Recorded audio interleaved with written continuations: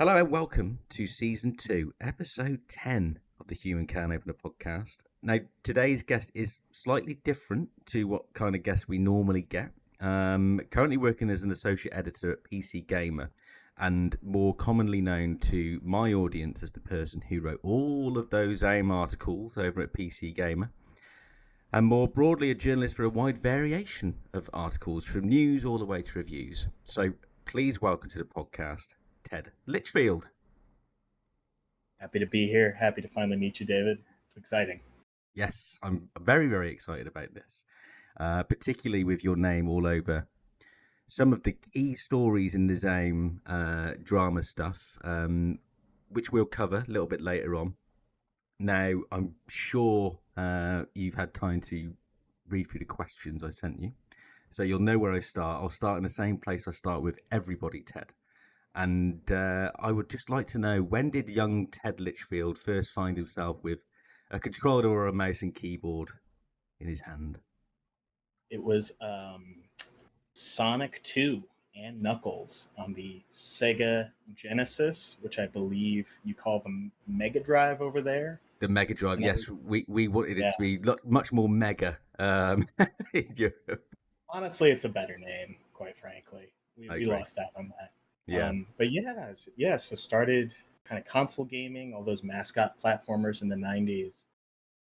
But things really kind of came to a head with me with PC gaming and RPGs. So like the first couple for me were like Knights of the Old Republic, Neverwinter Nights from BioWare, and then Oblivion from Bethesda, and then just kind of down a rabbit hole. So like by the time Disco Elysium came out, that was my very favorite genre of game, like along with the kind of PC immersive sims, first-person games. And yeah, I just was blown away by Disco. You know, it's one of the best in the genre, kind of culmination of so many things we ever saw before. I'm so glad you said that, because one of the things I needed to establish, which I hadn't done before we got together on this Discord, I was like, I'd better actually double check he is a big fan of Disco Elysium before I go, like, because I always had the end questions where I say, what's your favourite this or what's your favourite that, and Disco Elysium. I was like, I'm going to be really disappointed with myself if I haven't even bothered to research the fact that you're a fan of the game, right? No, all stick and no carrot, only cover just the awful, horrible fallout around the game and not actually the wonderful game itself. Could you imagine? Absolutely not, no. Yeah, of course. Okay, let's touch on some of those. So I'm guessing it sounds like you were gaming around similar time as me. Sonic 2, so there was always like are you a Sonic guy or a Mario guy? And I think just by virtue of like the console my older brothers had, was a Sonic guy for most of my younger years. I was never any good at it. I'm still not very good at it to this day, to be honest. And then later on, I got into Mario, but I don't know about you. Where do you stand on Mario in particular? Because like, I like it, and I really love Super Mario 3. But then Odyssey came along and was this 10 out of 10, and I'm going really like from one extreme to another here. And I just can't get enamored with it on the same level that people seem to amongst the gaming community. So where are you on Mario? I would say I have a very complicated relationship with Nintendo at this point, because I loved the Switch. That's one of my very favorite consoles. And then, you know, after the Sega, we were pretty much a Nintendo family. We had the 64, then the GameCube. So I'm very, very bullish on Mario. Mario stock is up in our household, but love Sunshine, loved Odyssey. Really enjoyed like the weirdly good 3D World expansion they did a couple years later that kind of felt more like a Mario Odyssey expansion. Love that. Yep. You know, Nintendo's just a very vexing, baffling company. I'm down on the Switch. I feel like I'm getting way off track, but I feel like Nintendo, it's like they've got the mandate of heaven. Like they are like a Chinese dynasty. Like they have epochs of like gallant Nintendo and goofus Nintendo. Yeah. I feel like every 10 years or so, Nintendo kind of needs like a catastrophic sales failure to like kind of discipline them and make them stop like suing people and like doing horribly consumer unfriendly stuff. Mm-hmm. And like, so that's why you get like Wii U, you go into Nintendo Switch. Nintendo Switch, they're riding high, they're feeling themselves. It's kind of horrible right now. So, but Switch 2, despite everything, seems primed to sell like gangbusters. So I'm a crank. I'm a little Nintendo hater in my bunker right now. Yeah, I'm. The Switch 2 is an interesting one because I struggle with the Switch now in the age of SSDs and super fast. Like your experience on a console or a PC nowadays, even at fairly entry level, you don't really see hard drives like you used to, right? Everything's got an SSD. And I know it's such a nitpicky thing, but the fact that they hadn't really gone for that with the Switch 2 out of. I can take. No one cares about Nintendo having great graphics, right? They don't need it. They just don't. Because their experiences are so rich in many other ways. But I'm really just like all you had to do with the Switch for me to buy it, the Switch 2, was put an SSD in it. That's all I needed. So yeah, I'm a little bit annoyed with the direction they've gone in, and I think it also is a little bit of an indication that perhaps Nintendo have buckled a little bit on the demand for kind of towing the line in the industry, because the Switch was an innovation, the Wii was an innovation, the Wii U was just a iteration of a successful console. And to your point, it's like they kind of get cold feet and they're like, whoa, hang on, we've got this. Like, just stop for a second, and they just want to churn out a bit more money. And now they're going down like remaster routes and stuff like that. Yeah, That feels is very non-Nintendo to me. 1000%. Because I mean, I kind of wondered going into it, and I wrote kind of an article to this effect. Like, the Switch 2 is, yeah, iterative, not innovative. And I don't know if Nintendo really could have really swung for the fences or zagged instead of zigging here. But it's you look at it and it's, the Switch 1 was this big design innovation, right? Like there were not premium handhelds like the Switch 1 on the market by the time it released. Like there was the 3DS, which was really long in the tooth, different era. Vita had kind of died and gone to heaven. R.I.P. Yeah, you saw the kind of the primeval PC handhelds like the GPD Win, I think it was, that were just. I mean, I love the Steam Deck. I am a huge Steam Deck evangelist, but I don't. I think a Windows handheld is just DOA. I think that is a horrible experience. Windows is a compromise even on a desktop. So like having that on like a tiny little guy is just nothing. So the Switch was the bolt from the blue. It was a premium handheld experience you could not get anywhere else. There are premium handheld experiences everywhere now. And that's kind of the thing for me is like for the three pillars of the Switch for me were playing indie games, on the go instead of on a desktop. Games that were like 5 to 10 years old or older. So like ports of Xbox 360 games are older and then Nintendo's own games. Yeah. And the Steam Deck handles those first two categories better by virtue of the huge Steam library, and you don't have to wait for people to port. Like, odds are good you can just launch a game and it'll just work on a Steam Deck a lot of the time. Yeah. So when Nintendo comes out with this thing that's just, I mean, it looks like a quite premium handheld. It's very thin and light, and they'll have their own games for it, but no real battery life or graphical or screen advantages over a handheld PC. It's just like maybe just like a sleeker, nicer machine than a Steam Deck. That doesn't speak to me. And then you kind of get to this question of, well, you're buying into the Nintendo ecosystem here, which is finite and controlled and can kind of be ripped away from you, as is the case with like the 3DS Wii eShops being closed down. Of course, yeah. Whereas Steam is, again, it is a proprietary platform held by a company. But I mean, again, I think Valve has proven to be a far more consumer-friendly company over the years. There are issues with Valve and Steam. I mean, the big one for me is the 30% cut that they take. Yep.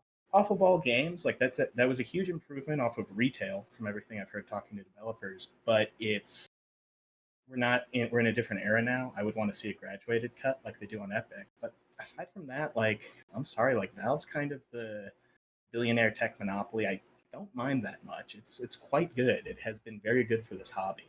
Yeah, I agree. I agree with you on pretty much every point you've made there.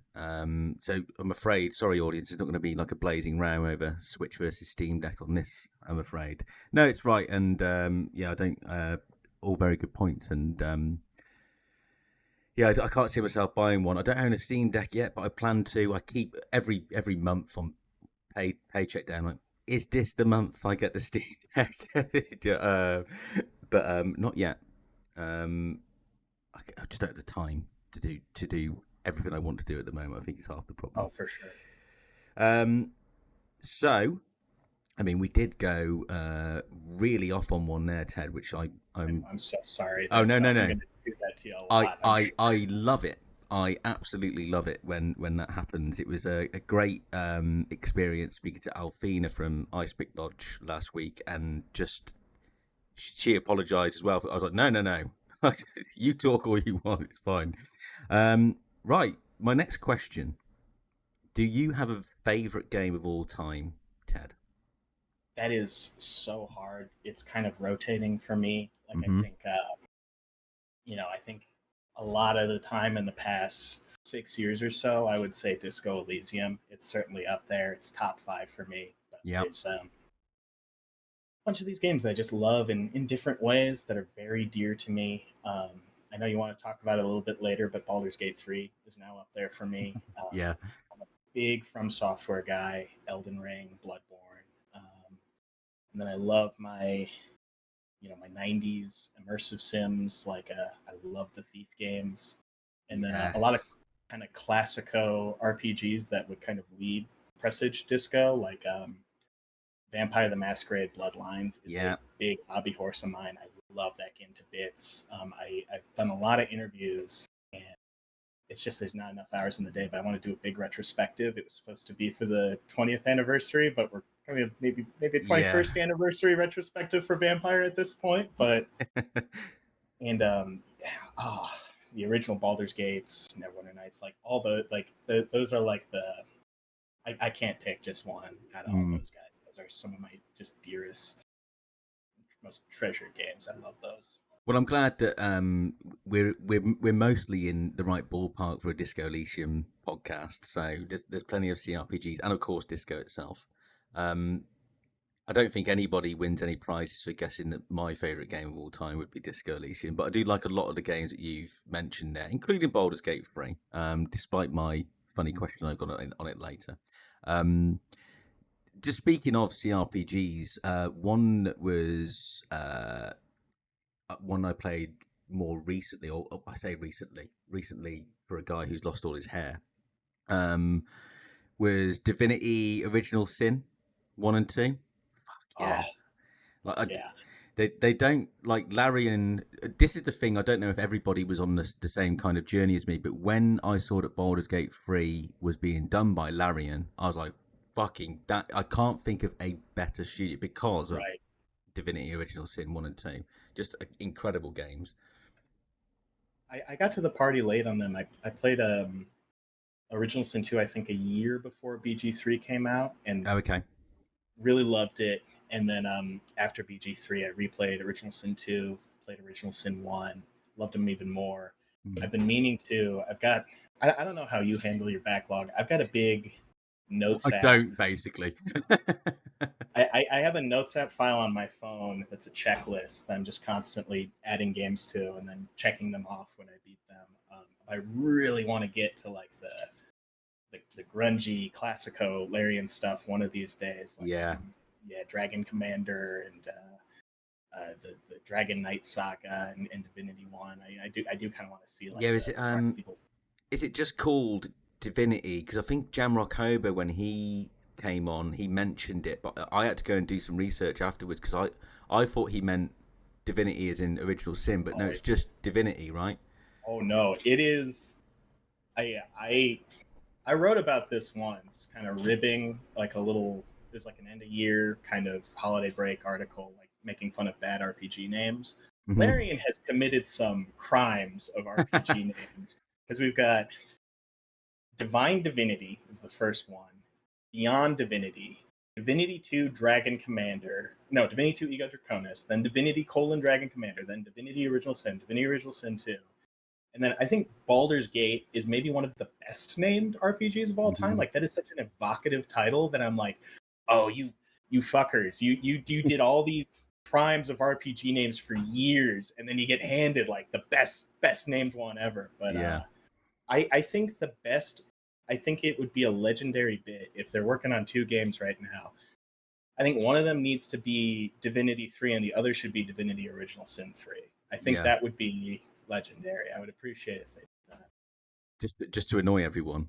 Just to annoy everyone. Yeah, and confuse everyone. Yeah, absolutely. I am for people's awareness. I am doing my very best to get someone from Larian on here, but I've been told to ask again towards the end of the year. So they're obviously busy at the moment. Oh, we're having trouble getting a hold of them. I could, yeah. Well, if you are, then I'm screwed. Yeah, I'm afraid. No, I'm sure. And you know, reaching out to people, personally sometimes helps a lot as well. And, to be honest, that's kind of all I've got, really, Ted. My method is, so I did it like just this week so I found out the founder of Sandfall, the studio behind Expedition 33. Speaking of naming conventions, I reckon they could have done a better job with that, because I don't know whether to say, are you playing Clair Obscur or are you playing Expedition 33, depending on who you're talking to, right? But apparently the founder of that company, on the list of his favourite games, number 1 was Disco Elysium. So all I have is annoying them with tweets and hoping eventually someone decides to pay me some attention. So yeah, that's. Well, I'm going to reveal, share insider secret with you and potentially your listeners. LinkedIn. LinkedIn is where to bug people if you can't find an email. Yes. And if you can get, it feels bad, but paying for LinkedIn, they let you just cold email people basically. It's and people respond. It's a hack. It's a good way to get in touch with people. And I suppose there's that. Well, they must be professional if they are using LinkedIn. Yeah. Right. This isn't just your garden variety Twitter sicko. Yeah. This is somebody who means business. Yeah, exactly. Right. Yeah. Noted. I will. I'll look into that. Okay. Right. I wanted to have a little bit of fun, and we've already talked about some cRPGs and games that are going to sound familiar to fans of Disco Elysium. But I thought, seeing as I hate saying this, but I am some sort of authority on Disco Elysium. I don't know. And you are a games journalist. I thought it could be fun to answer a question that I get asked a lot, and I'm sure many in the industry get asked a lot. What games should people play if they like Disco Elysium, Ted? And this is I know what one of the things you're going to say is. I could talk about this for so long. I think it is, like, I think about this a lot. And one thing that really sticks in my head is my fiance loves RPGs. One of the first things we talked about was Dragon Age. And she loves Disco and she loves Baldur's Gate 3. But sometimes I've talked to her about like the really old stuff like Troika, Interplay. And she said something that stuck with me. I don't want to play a crusty RPG. And I feel like that is just such a like pinpoint, like such a good way of putting it. Because I love a crusty game. I love a Thief or an Arx Fatalis. Like, you got to rebind all the controls. Yeah. You got to find like a goddamn EAX file online to get the sound working right again. I would rather deal with that than like a million proprietary like Ubisoft or EA launchers. Yeah. But that is like, a lot of people don't want to deal with that. Yeah. And it's like, I feel like that's an important thing. I would imagine for you as well, just like working in games and kind of like breathing games a lot, like remembering what like the approachability can be a question sometimes. Like a good friend of mine's girlfriend was talking about games, and she was saying, she's like, no, I like the yellow paint that tells you where to go. I wouldn't know where to go Yeah, yeah, yeah, otherwise. yeah. Um, Absolutely. so like I feel like there's almost like an iceberg or a cave you can go down of like harder and harder core, less and less approachable stuff. Well, like Um, Planescape Torment always comes up, right? oh yeah, And I've never played that game. Can you believe? Which is, I know, a cardinal sin for me being sat here on this channel. But to your point, a big reason I haven't made that leap yet is because I know that it's got a really crusty combat system, and I'm like, oh, do I and want to honestly, deal with? Yeah, do I want to deal with that? the thing to do with Planescape is like it's not, and it's like not a good combat system. Like it is, it's not like Baldur's Gate in a weird way. Like in Baldur's Gate 1 and 2 have like fantastic like tactical RPG combat. Mhm. Planescape just like doesn't have the same juice. So like the thing to do is like play it as much like Disco as you can, which is to say like crank the difficulty down to easy and just Yeah. like, or story casual, like whatever mode, because the Beamdog remasters have that. Hmm. There's a Switch version too as well if you want to I've take got it it on into my depth. iPad, of all Yeah, yeah. places. Yeah, yeah, yeah. So So I definitely have plans at some point to do it. But backlogs are I, backlogs. I think you're in for a real treat. That is one that I would recommend. I mean, I think Baldur's Gate 3 is up there at this point. Agreed. Yeah. Fallout New Vegas again, like assuming like Disco is like your first game of this kind of lineage of cRPGs, like I'd say the big ones of the past 10 years, even play Yeah. The Witcher 3, Fallout New Vegas, Divinities, Baldur's Gate 3. Going back further, I will always carry a torch for Troika games. I've talked about them a bunch of times here already. Yeah. I think the most approachable of their games is Vampire Bloodlines. That is one of my very favorite games, Yep. and it has so much of that like kind of Disco's sense of a very small but very well realized worlds. Hmm. Its kind of vision of like a noir raver punk LA is so well realized and like so just sticks in your craw and you never forget it, much like Martinez. And then Hmm.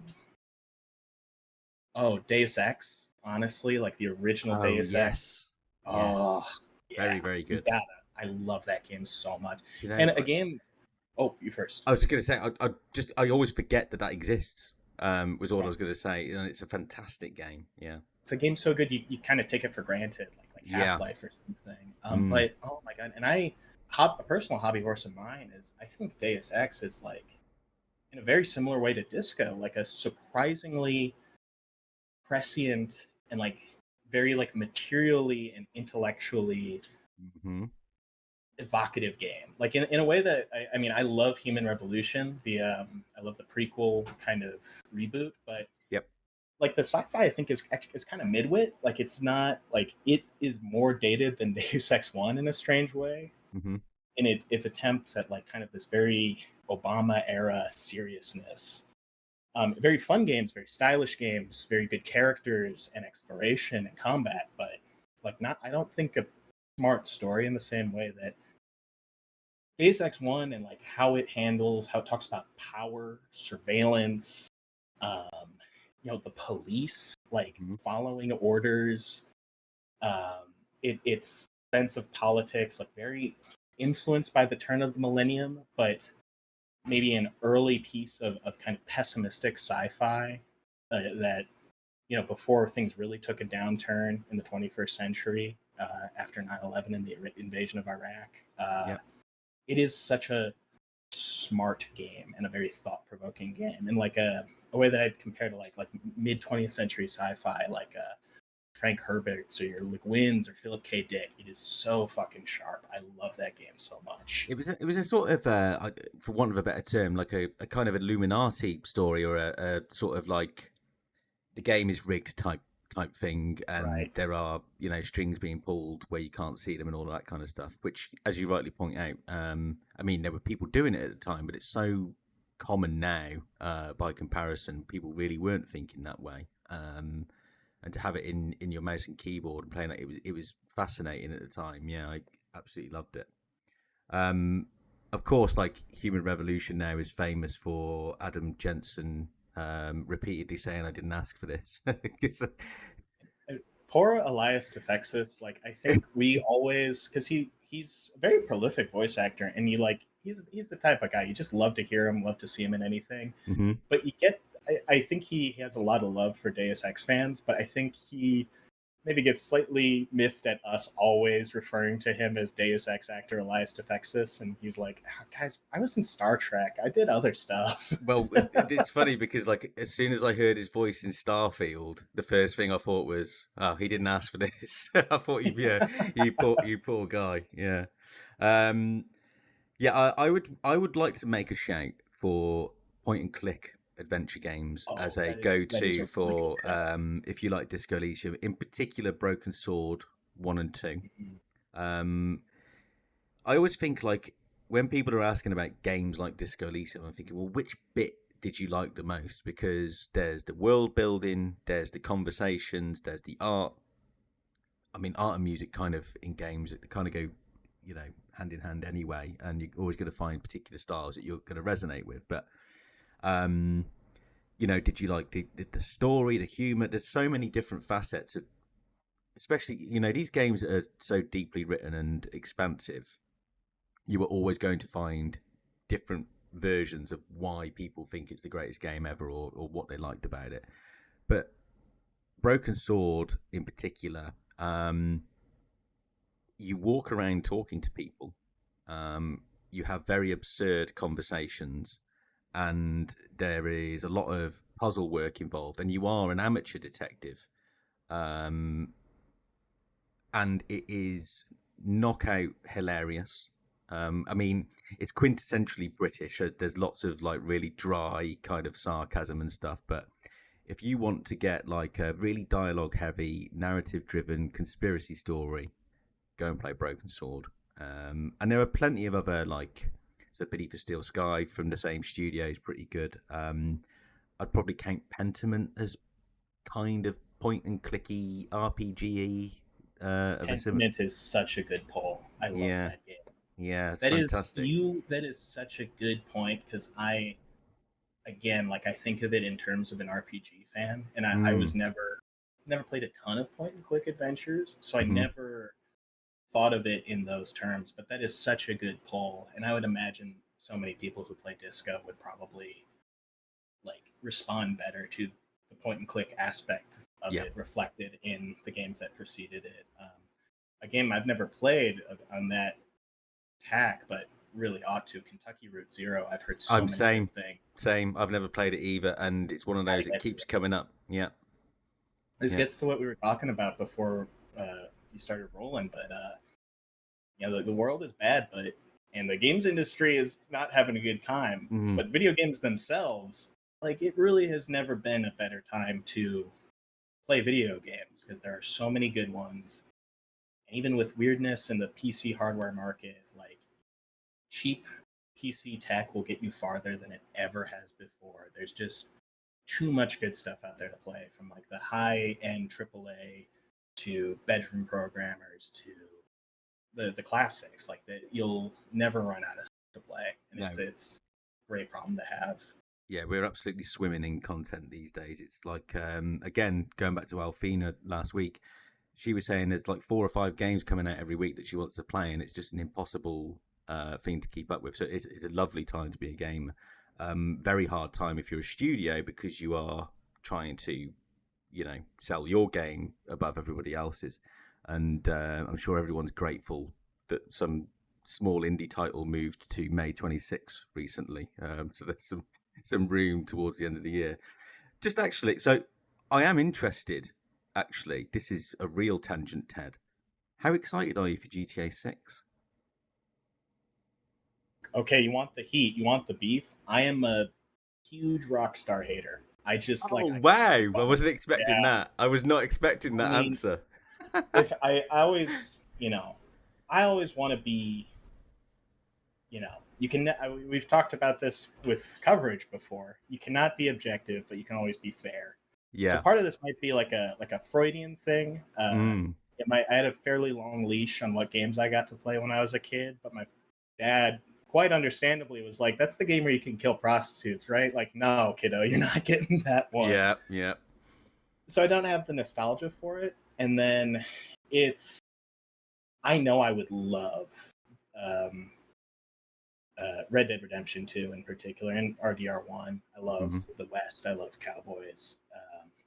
Not historically, but as Yeah, aesthetically. yeah, yeah. To be clear, As yeah, yeah. It's an entertainment. The entertainment version of Cowboys is pretty good, right? that Pretty it's fun. just like detectives, fictional, undefeated. Real Yeah, life, we have some questions, but yeah, it's Rockstar and Naughty Dog, just the way they're spoken about as the end all be all of storytelling in games. Mhm. I've got a chip on my shoulder about it. It's, games aren't just Pac-Man anymore. You can tell adult stories about a dirty man killing mushroom people, and I'm like, I don't care. Like, I've got my weird Yeah, okay. indie bullshit over in the corner.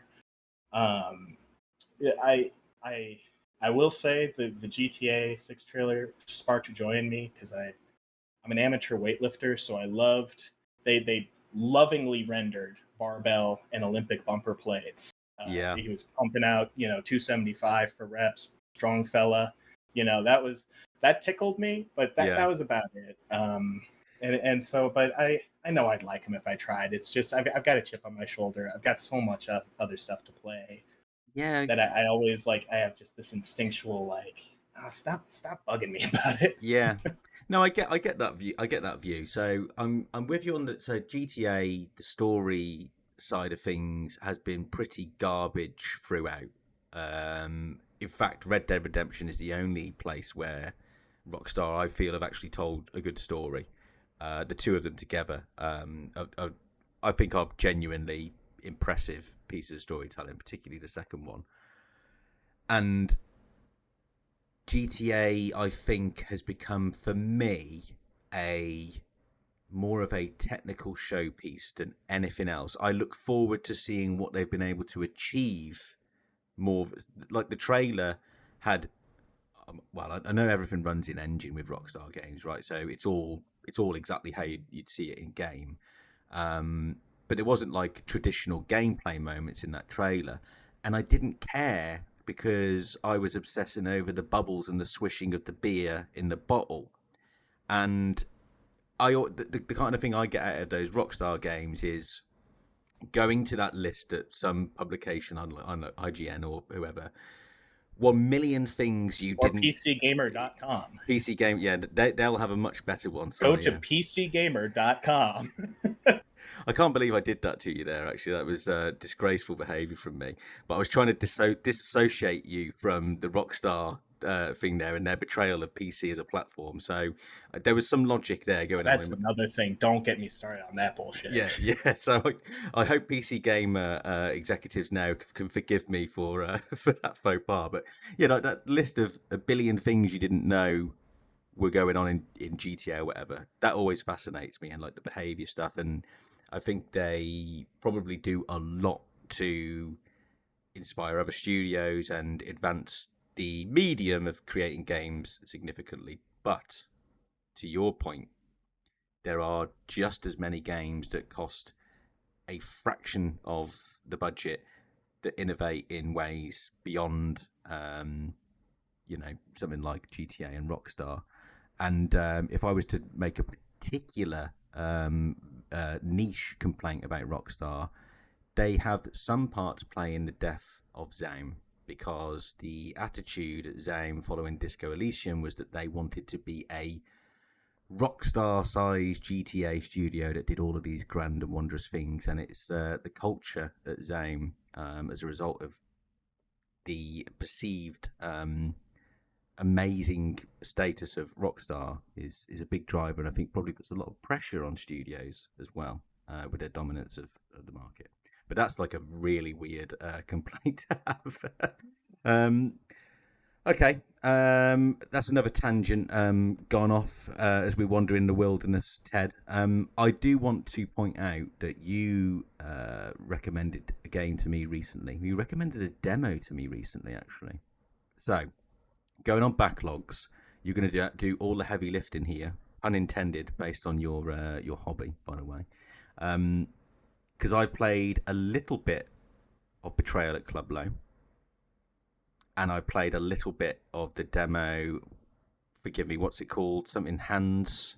Moves of the Diamond Hand. Moves of the Diamond Hand. Now, I will give you my very newbie spiel on the Cosmo D stuff. Wildly fascinating. Playing Betrayal at Club Low, so I reckon I got like 4 runs. And that's another thing which I was not expecting, was to be doing runs, because you kind of go in and you're building dice, I suppose, and you're building your checks, and you're building your skills which affect what dice you can roll, and you have all of these mad, absurd scenarios, and it's just bonkers. And I was like, I failed obviously on all 4 runs. I was like, oh, okay, so this isn't you are playing an RPG and you're going to progress through this story and all of this stuff. It's your job to try and get as far as possible whilst getting used to the mechanics of this game as you can. And then when I played the Diamond Hands demo, I was like, so I'm guessing Cosmo D has a thing where this is kind of the mechanic. So all of this dice creation stuff, making pizza, is that like through all of their games and through all of their library? What's the deal? Tell me why you love the studio. Tell me why you love the games. The floor is yours.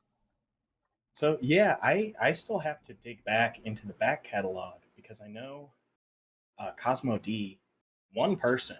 You Mm-hmm. know, there's all this talk about how there's no such thing as a solo dev, like everybody has support, but largely the vision of I think a single artist. I think Cosmo D used to have a musical collaborator in the past, Mm-hmm. but my understanding is that they're a DJ first and foremost, and music was kind of their first entry into games. And their initial back catalog, I think there are like 3 or 4 games. There's like 1 or 2 that's free on itch, Mm-hmm. and then I think 2 that are nominal fee on Steam, like 10, $15 or so. And then Club Low, I think, is where they really like hit it out of the park and hit something, which is they transition from pure adventure game into adventure RPG in a very similar Got fashion you. to Disco with the dice rolls. Yep. And yeah, it's that kind of new school, one shot tabletop school of design. I think where the focus is on non-combat dialogue, investigation, and a myriad of skills. You've got a D6 instead of a D20 or 2D6 in the case of Disco, Yep. and it's this combination of like really good reactive design to like whatever build you choose in the same way that Disco and Baldur's Gate 3 are very good at. Plus, it's not Disco is like a very good I think touchstone to compare it to, but I Mm-hmm. don't think it is as consciously trying to kind of imitate or iterate on Disco in the same way that Rue Valley or Esoteric Ebb, which are Mm. both really good looking games I'm excited for, are. Like it's trying to do its own thing more. And to that end, it's, if Disco is very kind of punk and mournful and literary, Cosmo D's stuff is like almost more Dadaist, like this absurdist, like punk raver Yeah. comedy non sequitur. Like I would compare it to like an Adult Swim 3 a.m. like show half remember thing, like Xavier Renegade Angel almost. It has a little Yeah. bit of that vibe to it. Not quite as zany as that. There's still pathos. There's still very coherent storytelling. And it's just I played Diamond Hand first, which I think was the mistake because I think that's very much building on Club Low. Mm-hmm. Like Club Low, like you said, I think it's a one shot. It's you do runs of this kind of enclosed RPG kind of zone. It would be like if Disco was only the apartment blocks or something. You've just Yeah. got this club and it's goings on, and it's very intricately designed, like very vertical, very dense. but it's a small area, so you can kind of get through it. Like I think I beat it in like my first completed run was like 5 hours or so, but it's very replayable, encouraging Yeah. myriad of builds. Whereas Diamond Hand, you get the sense it's more like a feature length 12 plus hour RPG building on the similar concepts where each act is its own RPG mini open world kind of hobby box, and you're taking the same character through this entire progression. And just that, again, I was just blown away, like just the sense of pleasant surprise, the delight, the sense of humor, the surprising bits of emotionality, and like really kind of moving writing at times.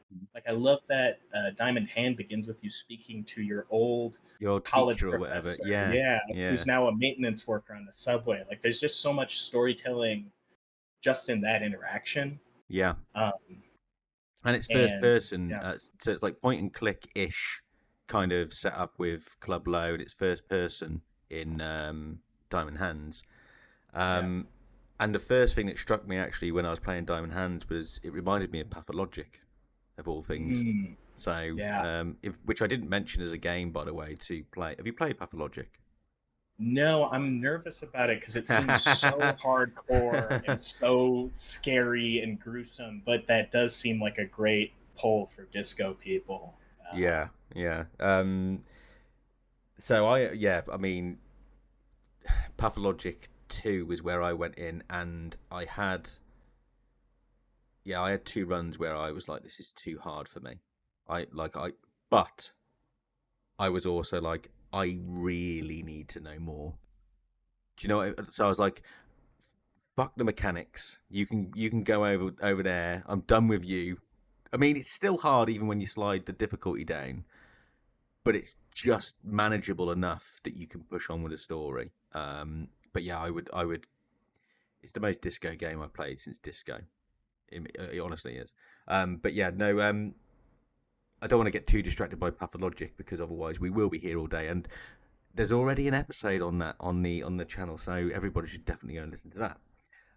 But no, Cosmo D, I think fantastic. When you see these people who are capable of being the solo devs, so I think people that spring to mind: Eric Barone, Stardew Valley guy, and the chap who did Citizen Sleeper, Damien, I think. I'm blanking on the name. That's Yeah, another one I gotta play. I've had it on the yeah, Steam Deck for a while. yeah. Mostly vibes, I think, is what you get out of Citizen Sleeper. I've seen some complaints about it being like on rails and not being as Mm. flexible as maybe it presents itself, but still good fun. Okay, we talked a little bit about Baldur's Gate 3 already, and I've got a fun question for you now. I had this is quite funny, really. So Baldur's Gate 3 is now the number one PC game of all time, according to PCGamer magazine.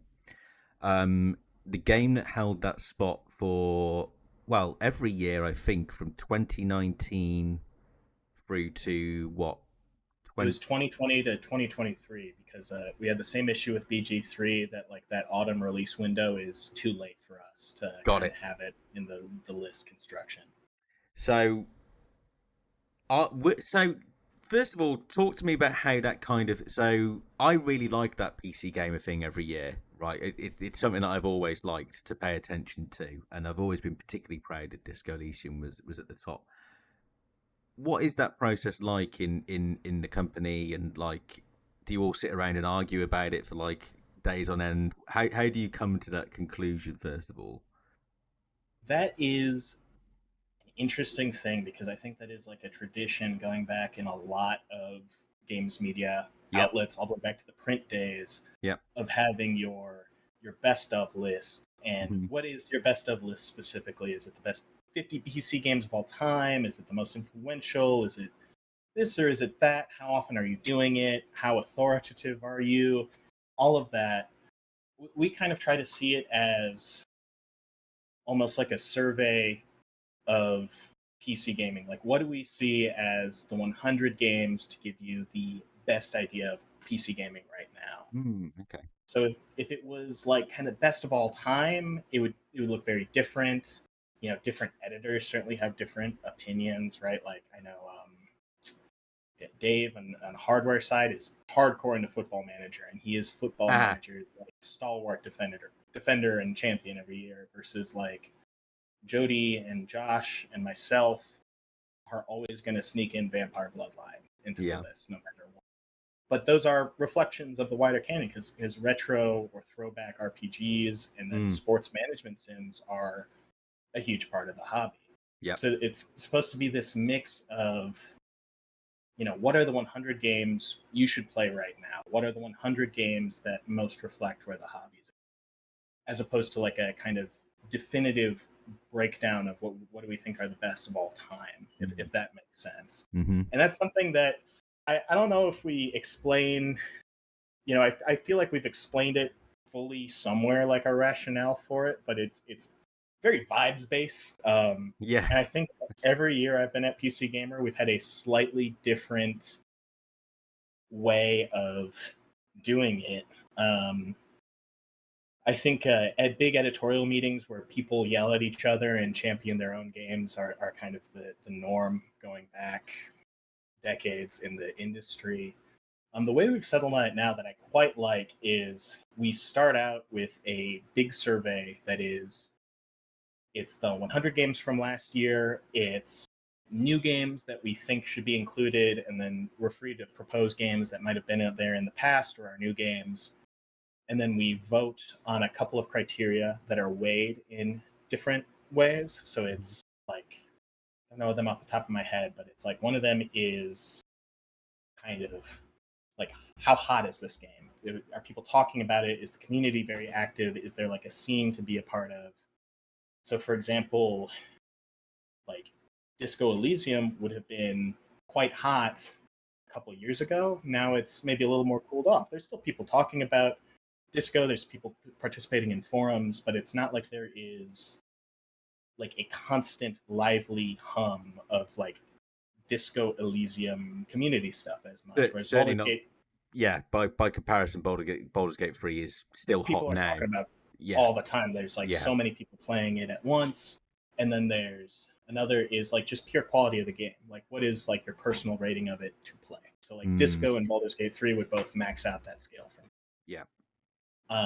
Then there is, I think one is like playability, which is we've I think tried to define it more and more, but it is a combination of a lot of stuff, which is like how easy is it to run, Mm, how good are the controls, like is it that there's that crusty factor I was kind of talking about with my fiance, right? So like Disco and Baldur's Gate 3 are both very grippy games that like clearly have a lot of broad appeal and hook people immediately. yeah. Arcanum of Steamworks and Magic Obscura from Troika Yeah. Games, which is like one of my favorite games, but plays like a shittier Fallout 1 in a lot Yeah. of ways. Wow. That's pretty shitty.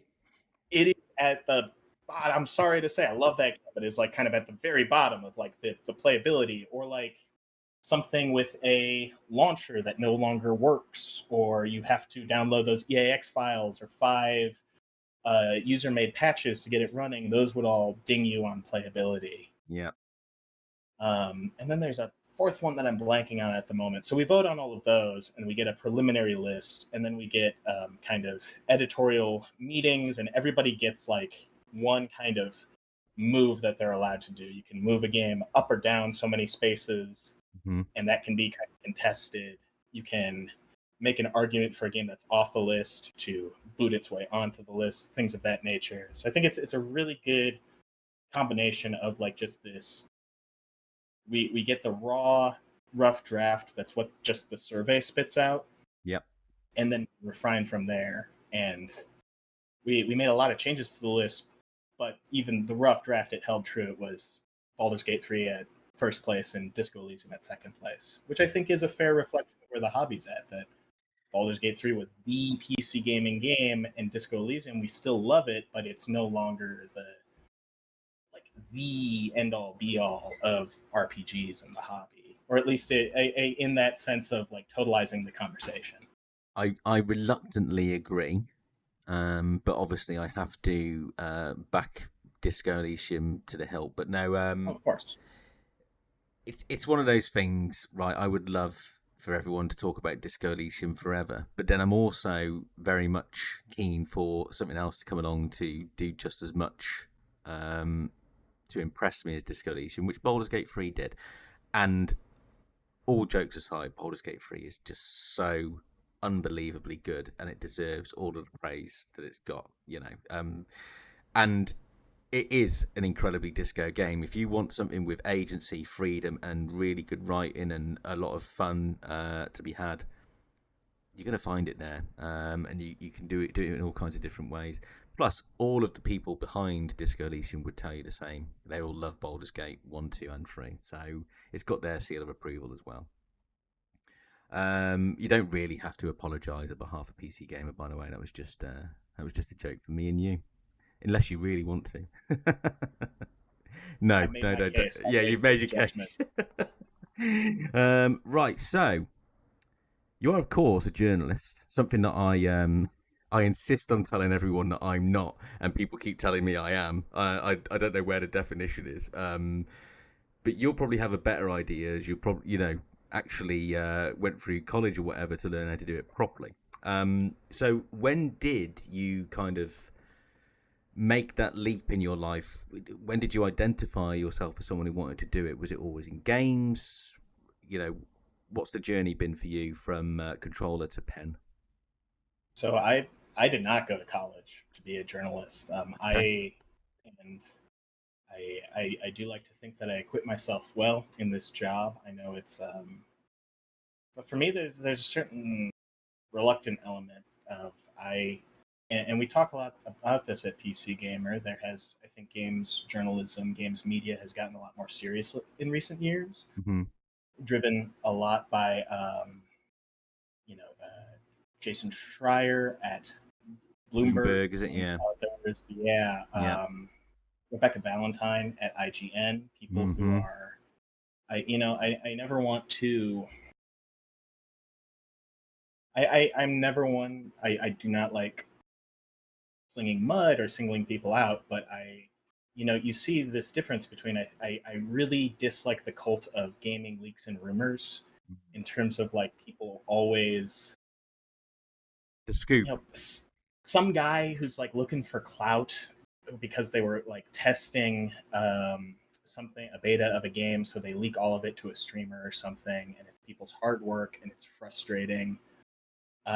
Versus like I think there is a genuine place for investigation and being like this shit's serious. It's people's lives and livelihoods.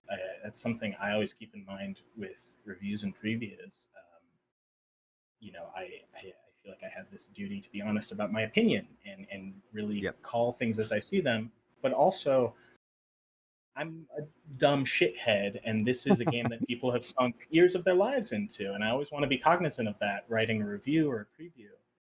Um, but I think at PC Gamer, especially, I'm really proud of the job we do of striking that balance. We are, I think, primarily in a stance of conversational cultural criticism, but I think and I hope I have stepped up well to report on very serious stuff in the industry. But it kind of feels like a reluctant thing for me, at least. Like I want to write about how good games are, and I want to write about what I think about games, and I feel it almost as more of like a question of like responsibility when something serious or something untoward happens that we have to discuss. Mm-hmm. But yeah, I went to school for East Asian studies, and I always knew, like, I always dreamed of being in games in some fashion, but like you never really know how to do that. You never really know how to bridge the jump, right? Like, Yep. I think maybe UK not as bad as the US, but the same issue of our educational systems are this unholy welding of legitimate education, teaching people how to think, teaching people about the world, to jobs training, but it's not even jobs training. It is certification to open up the door to jobs. But Yeah. academic excellence doesn't even get you a job. You have to do internships. You got to do all this crap. You got to figure it all out. And I was bad at that, and I was also pretty bad at being a student by the end. So I graduated. I worked at a coffee shop and then I was office manager at a bar for a while. Mhm. And I was furloughed during the pandemic, and I just had a lot of time to think about what I wanted to do and get serious about what I wanted to do next. And I started making a portfolio. And then I got a single headline published at I am blanking on the name, the Hard Times Hard Drive, Oh the yeah. humor website Yes. from Yeah. Hard Yeah. Times. So that was a byline. And then I applied for a job at PCGamer. Didn't get it, but I made very far in the interview process, and I was able to.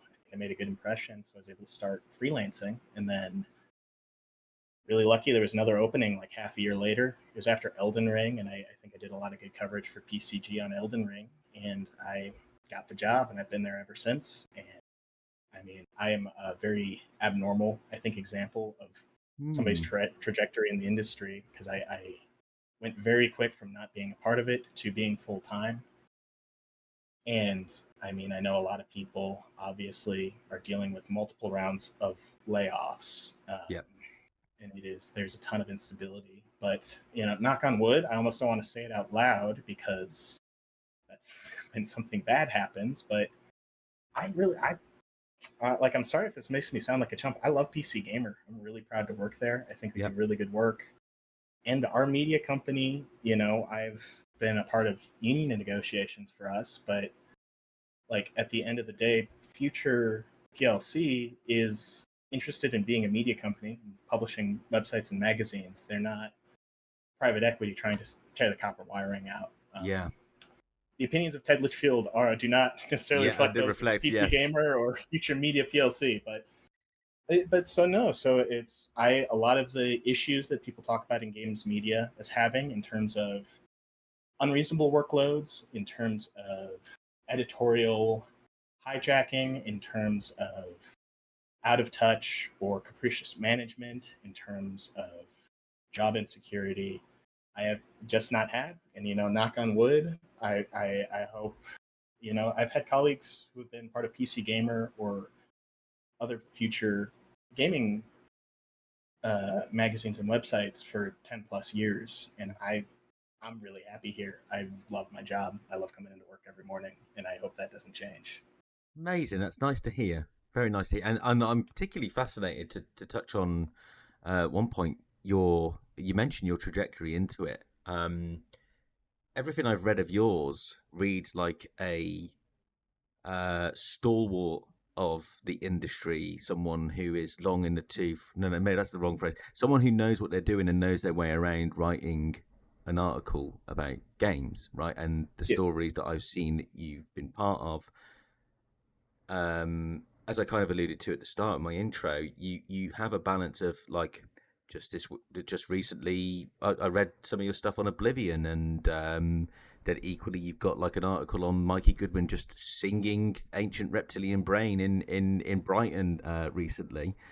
But then also you're the guy who I go and reference articles for around what is a very serious topic, and that's the ZAUM fallout, which we'll obviously cover in a bit. So no, I think I want to applaud you for being able to, as someone quite late into it, put yourself across as someone who seems to me very accomplished. So, colour me impressed.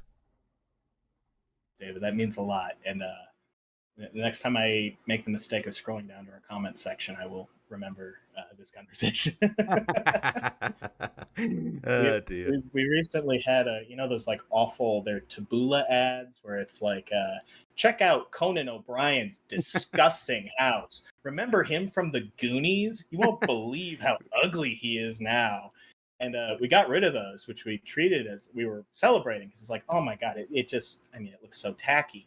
Yeah. But then it's like, oh no, our comments used to be buried under a big scroll of Taboola ads, and now they're right there, and you can just see them. Yeah, absolutely. Oh man. Yeah, it's a funny place putting your name out there. And like I understand a little bit of what that's like. So I admire you again. Every single thing that you put out on that website has got your name right at the top.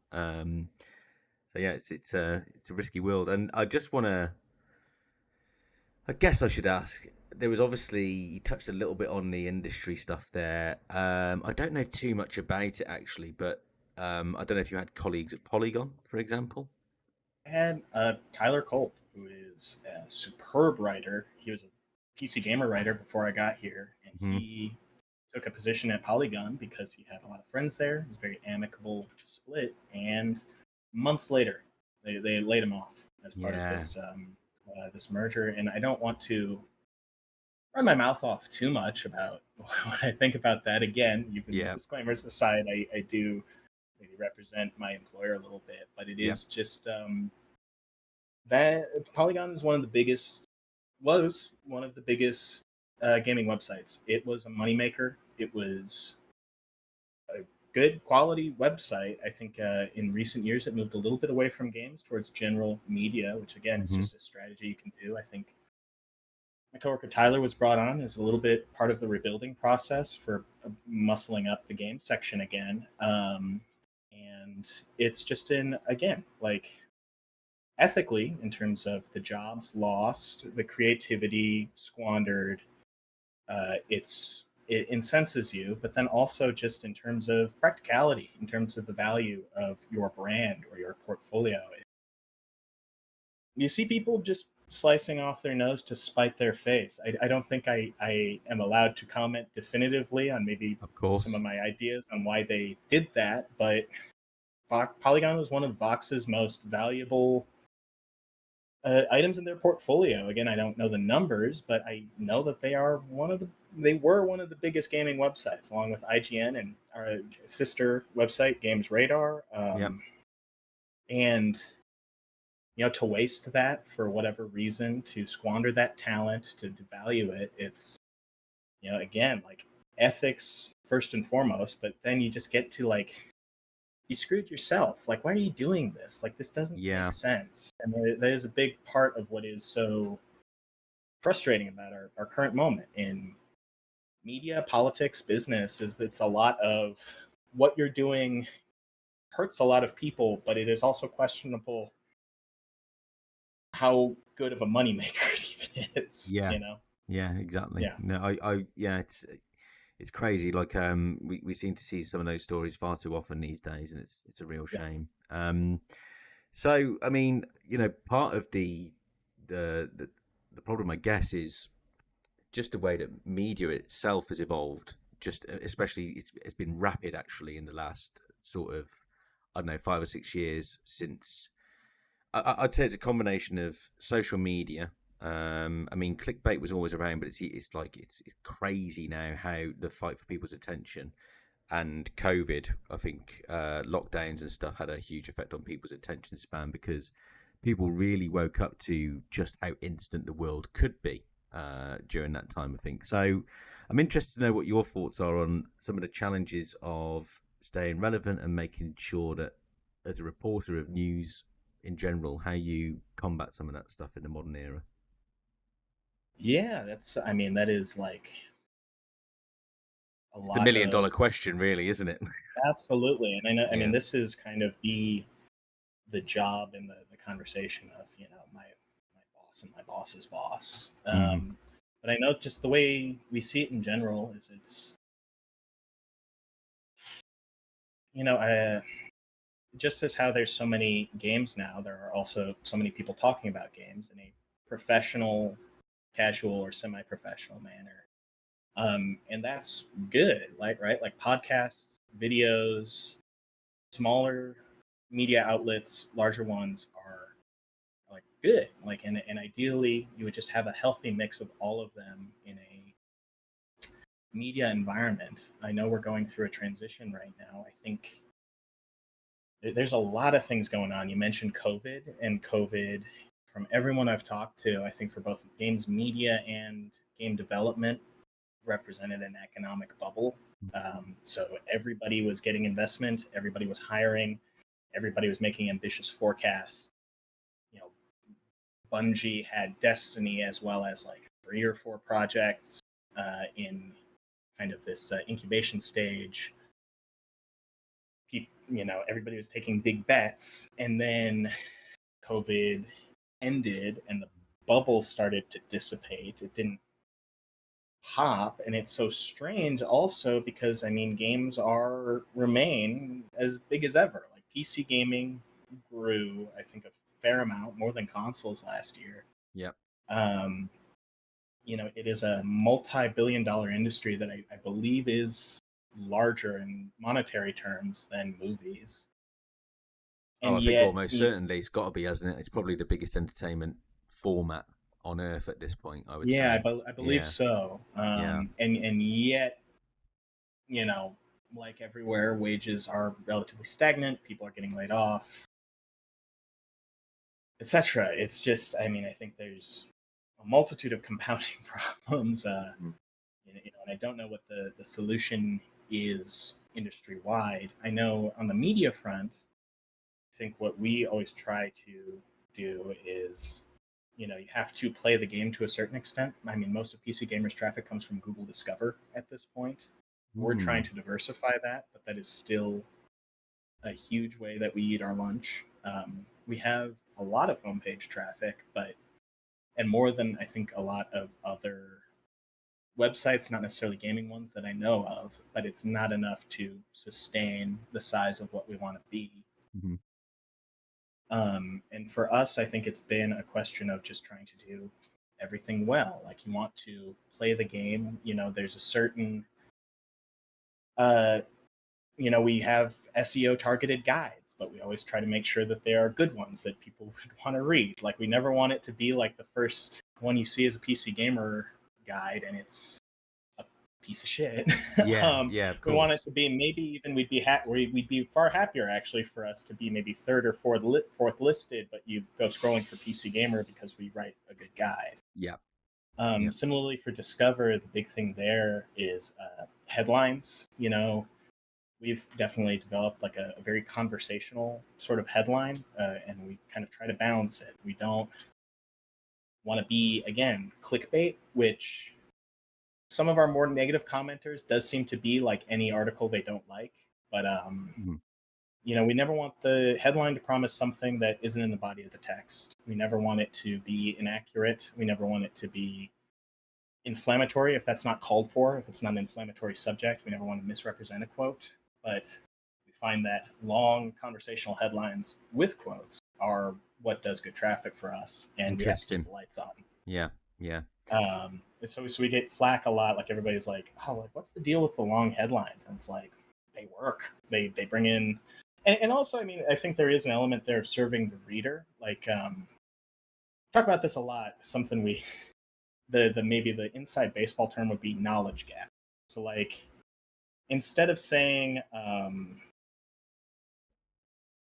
so this game I'm playing recently, Labyrinth of the Demon King. It Hmm. is sorry, just taking a second to plug. This might be my game of the year. Fucking phenomenal. Oh, Everybody go interesting. What was it called? buy Sorry. Labyrinth of the Demon King. It's $20 usually. It's $15 on sale right now. It's a first-person horror dungeon crawler in a feudal Japanese castle. It's like Resident Evil Oh, meets now you're King's Field. talking. Oh, it's Okay. fucking phenomenal. But so if I write Labyrinth of the Demon King has you know uh,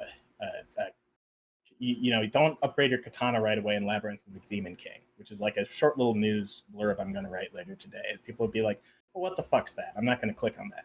But if I write this new horror game that is my personal game of the year, has a much deeper weapon upgrade system than I initially anticipated. Like that both entices curiosity, but also a new indie horror game that is my personal game of the year Mhm. tells the reader more about what Labyrinth of the Demon King is than just the phrase Labyrinth of the Demon King. Yeah.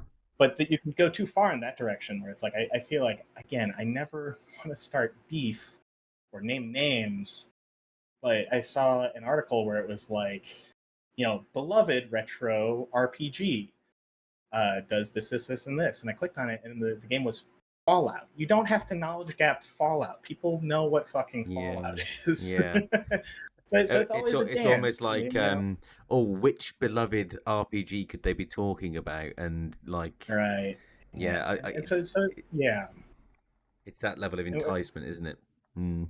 And so we always want to be. It's a balance. We got to keep the lights on. This is the media environment we're in, but it's the tone is conversational and not chummy, and we want to encourage traffic, but also serve the reader and like give them an idea of what the article is. And I think we do that by and large, and we try our best.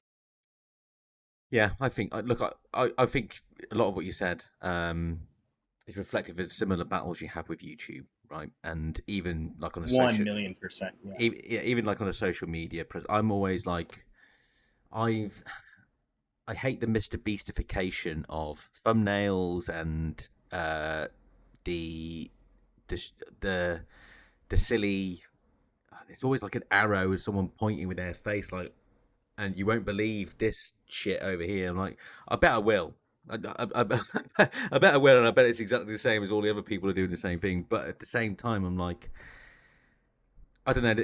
There's a level of pride where I won't go down that route, and I'm probably suffering as a result. So, like, what am I trying to achieve here? Do I want loads of eyeballs and ears on my stuff, or do I want to maintain like my principles or whatever? And so far, it's been I've leaned towards principles for my own detriment. But there you go. Um, I'm curious here. Just not going to let because we got quite a few questions to get through, and I don't want to keep you forever. But in fact, what I'll ask the final question in this list first, and then I'll ask you the other bit about big events. Just because we're kind of on the YouTube topic, where do you see, you know, publications probably the wrong word, channels like PMG in the conversation? How important do you think they are to investigative journalism? Do you think they've kind of replaced the written version? What do you think the impact that kind of impact that they've had on the industry and journalists in particular? I mean, certainly a positive one. I don't think it's necessarily a question of replacement, though. Hmm. I think somebody like PMG or NoClip, who I know is definitely a little less investigative, but are still like talking to developers and doing these like very large feature productions. I Yeah. think the advantage that they have is being independent and is being able to fully prioritize. I mean, it's the thing that an independent artist or investigator will have over an institutional one. Independent, you have more leeway, but institutional, you have more resources, right? So for me, it's like I've got, in theory, if I was fully independent, I could sit down and not publish anything for like a month or two and finally get out that Vampire the Masquerade retrospective I had. Yeah. Whereas with PCGamer, we've got daily news, we've got events, we've got. I went to the Eve Fan Fest a couple weeks ago. We've got new releases.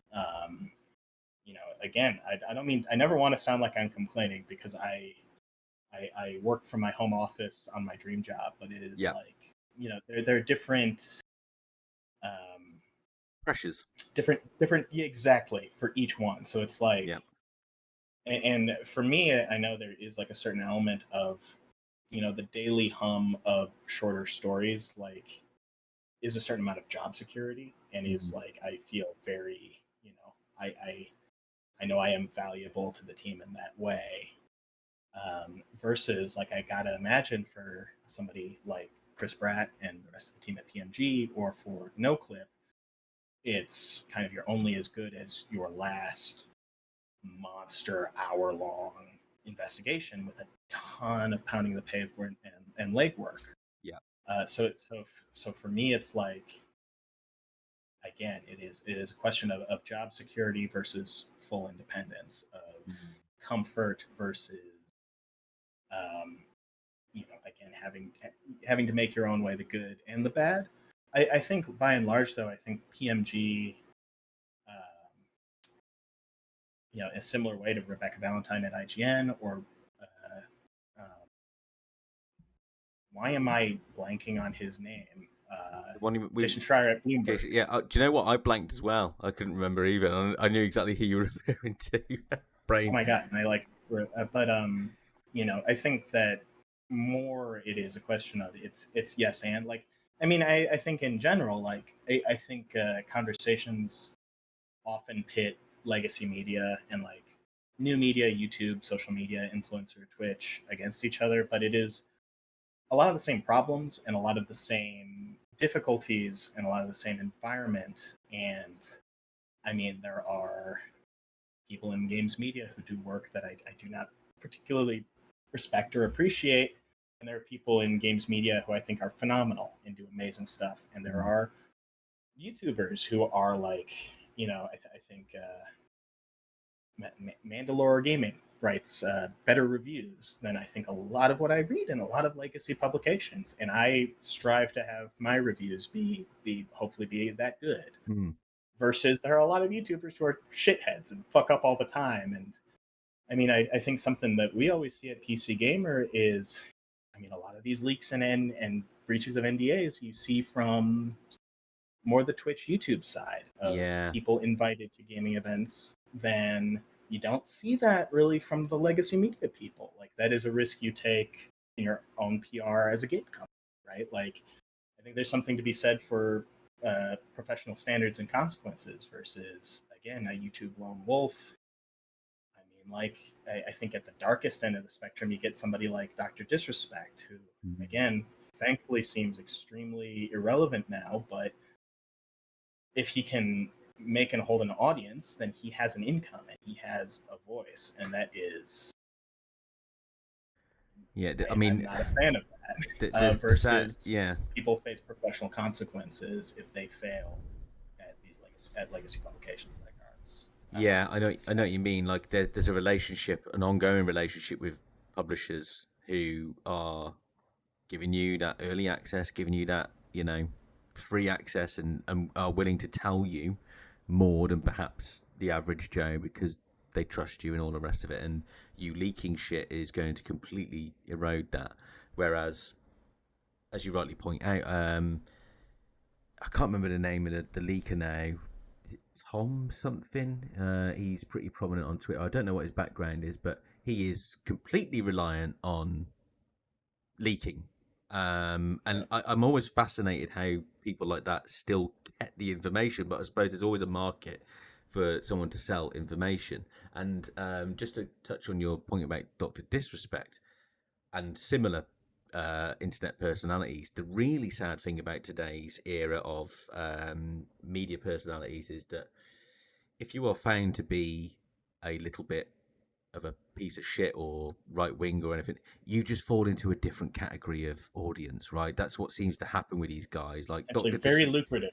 Yeah, exactly. Grums springs to mind, for example. Although I don't think he was ever on the right side of the argument, to be honest, from what I can see. But there is always other pieces of shit who are willing to encourage that message, right? Absolutely. I just want to very quickly ask you how much you miss E3 and what you think the wider media world looks like without it. So E3, right, as a media spectacle used to be the only place where you got the big news. You had to wait. It was like Christmas. I loved it. Oh yeah. It's like my fucking favorite. And I know there are still things like Gamescom and the Game Awards, or the Marketing Awards, as some people like to call it. Old Jeffy over there, who was he was a journalist at One Up or something like that years and years ago. For many years. I mean, he's done some excellent work. There's a documentary, I think it's about the release and lead up to Half-Life 2. That's like, it's superb. It's a great historical document. Yeah, I do want to. That's one where, again, I don't want to start beef. I definitely I get the kind of criticisms of the Game Awards, but I mean, I don't know. My thing, like, Game Awards roll around every year. Go to Blue Sky, everybody's bitching about them, but everybody's watching them. Yeah, I don't know what to say. Like, sorry. yeah, and it works, doesn't it? And at the end of the day, but I'm just fascinated. What's your view? What, like, why has Gamescom and the Game Awards been able to survive like such a seismic change in like how audiences receive news, but E3 didn't? It always completely puzzled me that they got Say, I wiped mean, out. I would say it's a multitude of things. So I started in the industry after E3 was already pretty in hospice, right? Yeah, 2021. yeah. And I just know it's I think like so many things, like E3 was a bit of a dinosaur. It was a legacy event that a lot of people had issues with, but was so ubiquitous it could just keep going Mm, until it couldn't. So like I mm. know E3, the big thing was a couple years before COVID, they doxed like all the journalists who came to 1 year, Oh right? Like wow, did they? I don't remember that. Wow. you could find the name, address, email of like everybody who got a journalism press pass, like just off of the E3 official website. Ooh. Like it was a huge oversight. Like I think there were again, and I mean you want to talk about like I think there's like a lot of misinformation that goes around a lot about maybe the Game Awards or Summer Games Fest or Mhm. our own PC gaming show is has become a bit of a big deal, but it's definitely not. It's a light heavyweight. It's not a super heavyweight Mhm. like Game Awards, but like you know, big companies pay us or pay Jeff Keighley's organization to Yeah. have their advertising spots in the Game Awards or the PC Gaming Show, but we also have editorial spots, right? So in a prior year, like if we're going to have something from like a big company, uh, they're going to pay for a commercial package for the PC gaming show. But like we have individually as editors been like championed solo dev bedroom indie projects to be in our show. And it's Yeah. much the same way at the Game Awards. Like Venba did not pay like $10,000 to be showcased in the Game Awards, right? Like Yeah. that was almost assuredly, I'm not part of their organizing, but that was an editorial choice. Yeah. Um, so, but all the way back to E3, I think is much like, again, you can have legitimate criticisms of the Game Awards or the PC Gaming Show if you want, but it's like comparing Steam to brick and mortar, right? Like Mm. the question of pay to play it's just a whole other order of magnitude, right? Like you were not going to see Venba or Fortune's Run or Labyrinth of the Demon King at E3. Like you Yeah. could see those at the Game Awards Yeah. or the PC Gaming Show, and all of which is to say E3 legacy event, legacy ubiquity, much like brick and mortar stores. And when everything got upturned by COVID, they were not prepared for a remote event. Summer Games Fest, Game Awards, PC Gaming Show, all were. Mm. And then add to that, like, I think this general dissatisfaction with how it had been run in previous years, like, it was just, when it tried to get off the ground again, like, everybody had already turned, like, Microsoft's like, why would I pay you to showcase at E3 when, 1 million people tuned into our Xbox showcase Yes. stream, Yeah. Of right? course. Yeah. So you still have that, I always joke it's like this non-denominational early June announcement event of everybody having their own live stream showcases, and I enjoy watching them. I don't Yeah. mind it. I think it's Yeah. fine. I never got to go to E3. PC Gamer, we generally, our UK side goes to Gamescom and the US side gets to go to GDC, and that's been really exciting to talk to people in person. I think these kinds of industry events, industry mixers are very important, very special. But E3, I mean, they were, they were the king, and they rested on their laurels, and they weren't ready for what happened next. And I mean, that's something we've seen, I think, in a lot of industries, but also in games. Like I would compare that to what's happening with third-party publishers like EA, Ubisoft, Activision. We used to rule the roost. Activision's had a pretty happy ending getting acquired by Microsoft, but EA and Ubisoft are both kind of sick men of the industry right now, really struggling. Yeah. Because they kind of were failing to adapt to a changing climate. Yeah. That's what I would that's kind of my read on the situation, I would say. Very good one. Again, the opinions of Ted Litchfield do not reflect those of PCGamer or Future Media PLC. That's going to be all over the thumbnail now. Ted Litchfield with the disclaimer: opinions on this do not reflect that of PCGamer. Okay, just one fun question, because we are of a similar demographic. Do you have a favorite E3 moment while we're on the subject? I know what mine is. It's easy. Mine's easy. Interesting. See, another problem I've had is kind of conflating E3 and prior industry events, because like I always remembered the magical feeling of seeing the trailer for Skyrim followed by the trailer for Mass Effect 3 in like 2010 or 2011. But I found out later, like, always thought that was the Game Awards or something, backdating it. It was like the Spike TV Game Awards. I was like, what the hell? They had that? But my mind immediately jumps to, I think of there was the old Xbox guy who would always show off the tattoos of the games and their launch date. Yeah. And then I just I do have to respect like PlayStation coming in with like announcing that the original PS1 would cost like $100 less than the Sega Saturn. Like they just came on stage and said the price and left, and like everybody went apeshit for it. Like, mad respect. That's you got. Well, they did also tell everyone to get a second job for the PS3 though. A few years later, I know that they again I know we're talking about Nintendo a lot.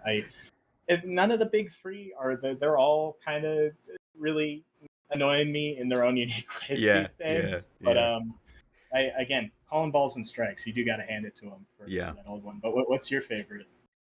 Very, very simple. You see the perspective of a rat running around on a shelf, and you don't know quite what's going on, other than the fact that there is someone struggling with someone and screaming, and there's gunfire, and then the rat gets squished, and it's Resident Evil 2 remake.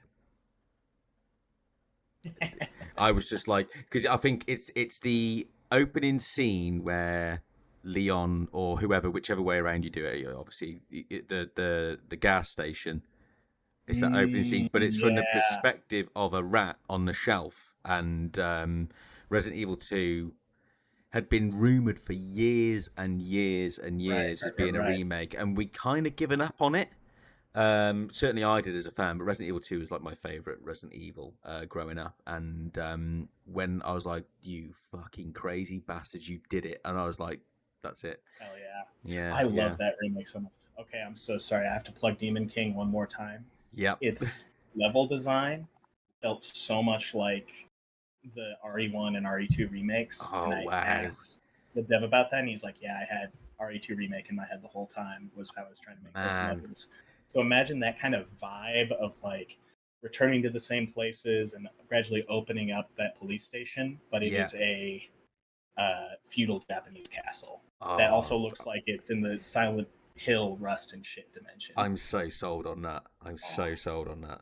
Yeah, a friend of mine is a big Resi fan as well, big survival horror fan. So that's two people who'll be on that. I always want to. Again, I'm a critic. I call stuff as I see it, but I will always be a shameless shill for these micro indie games that just, again, so many of them just like blow me away. I just love them. And Demon King is like, it's that and Avowed are like running for Game of the Year for me. Right? Oh, you liked Avowed that much? I loved Avowed. I liked Avowed. It felt, I don't know. I think if you played Pillars of Eternity, it felt. Oh, and I love Pillars. Yeah, it felt even more special because it was like someone had just 1,000,000% put me down to that perspective. I was like, oh, I'm just like in Yeah, Pillars of Eternity. Yeah, fantastic. Love that game.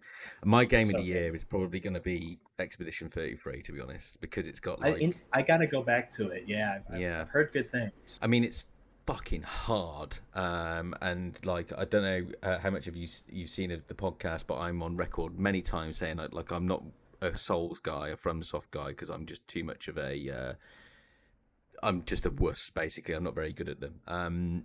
And I am having my battle. Like, there's a boss at the. I don't want to spoil too much. He has some lamps. And everybody who's played the game will know who I'm talking about. And he's taken me like 3 days to beat. And I'm just like, at one point the other day, like, I haven't raged at a game where I've like turned the console off, gone, fuck this shit. I haven't done that for years, but that game made me do it. But it also keeps me coming back because stylistically and just like, it's basically a love letter to all of the best kind of JRPGs. Like, it's very kind of persona-y feeling, very it's kind of got a bit of Final Fantasy X in like the turn-based system, and it's got like timing with parries and I don't know. I could gush about it all day, and I'm not even that far through the game, so it's probably up there until obviously I play Demon King. Then I will warn. Demon King's a little. It's tough. okay, It's a tough, but it's so good. And I know Sean, who reviewed it, he's a senior editor in Australia. He said he was ready to give it up, but it's you stick with it, and it's just such a yeah, good little horror gem. It is wonderful. I want to replay it. Like honestly, I might pretty soon, and I yeah. just beat it. Nice. Okay. I'm definitely sold on that. You've 100% sold it to me. Right. Now, onto some juicy stuff, and I know you want to be very careful here, Ted. So I respect the limitations of perhaps some of the answers that you can give us. But I am going to talk to you now. So you are basically the guy, as far as I'm concerned, when that like there are several articles that you've written related to ZAUM and Disco Elysium. Some are quite fun, like I've already mentioned, your Ancient Reptilian Brain story recently. You have got room for that kind of stuff, but I want to talk to you about some of the more serious stuff now. So on the 13th of June 2024, that's right, I got dates, everybody, I got dates. You published an article which gave the public the first real insight to what had been happening in ZAUM behind the scenes. So this follows the dismissals kind of towards winter 2023 and the early parts of 2024. It's mad, actually. It's as recently as that when I think about it. But you had quotes from Argo Tulik and Dora Klindich, and you also provided some key details on various projects. In fact, I still go back to that now to understand what X7M0, P1, Y12, and all the fucking rest of it is. So I just want to ask, how did that come about, and how do you as a writer slash journalist handle that kind of thing coming in? To just tell me about that, how that all came about. Yeah, I mean, I know up until that point, I we didn't really have sources on what was happening with ZAUM.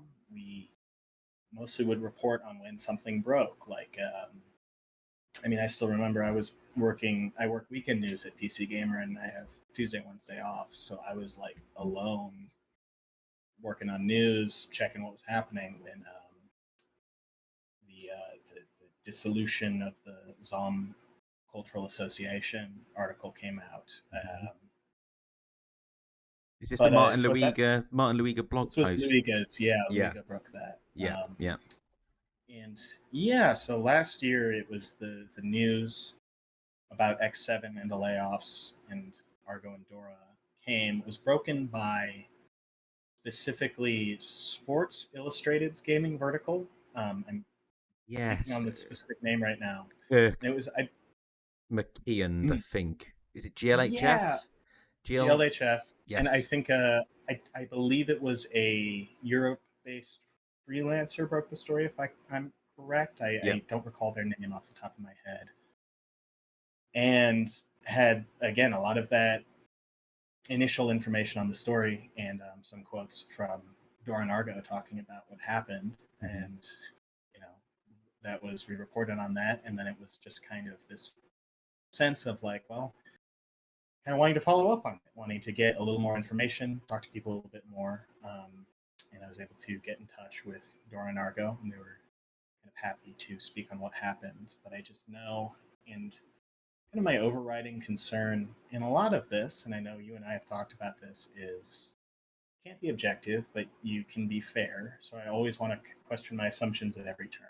And I don't think either of us make it either secret. Like looking at what has happened, like I'm very sympathetic to Dora and Argo and what happened to them, and I wish I could have played the game that they made. But you got to do homework, and I always want to be careful just relying on the testimony of people who I maybe personally find an affinity with, which is why, and I'm very proud of the legwork I did on that story. I don't want to demonize or castigate anybody who's still at ZAUM, because there were people who are not part of the X7 team who spoke to me. And that's something that I do.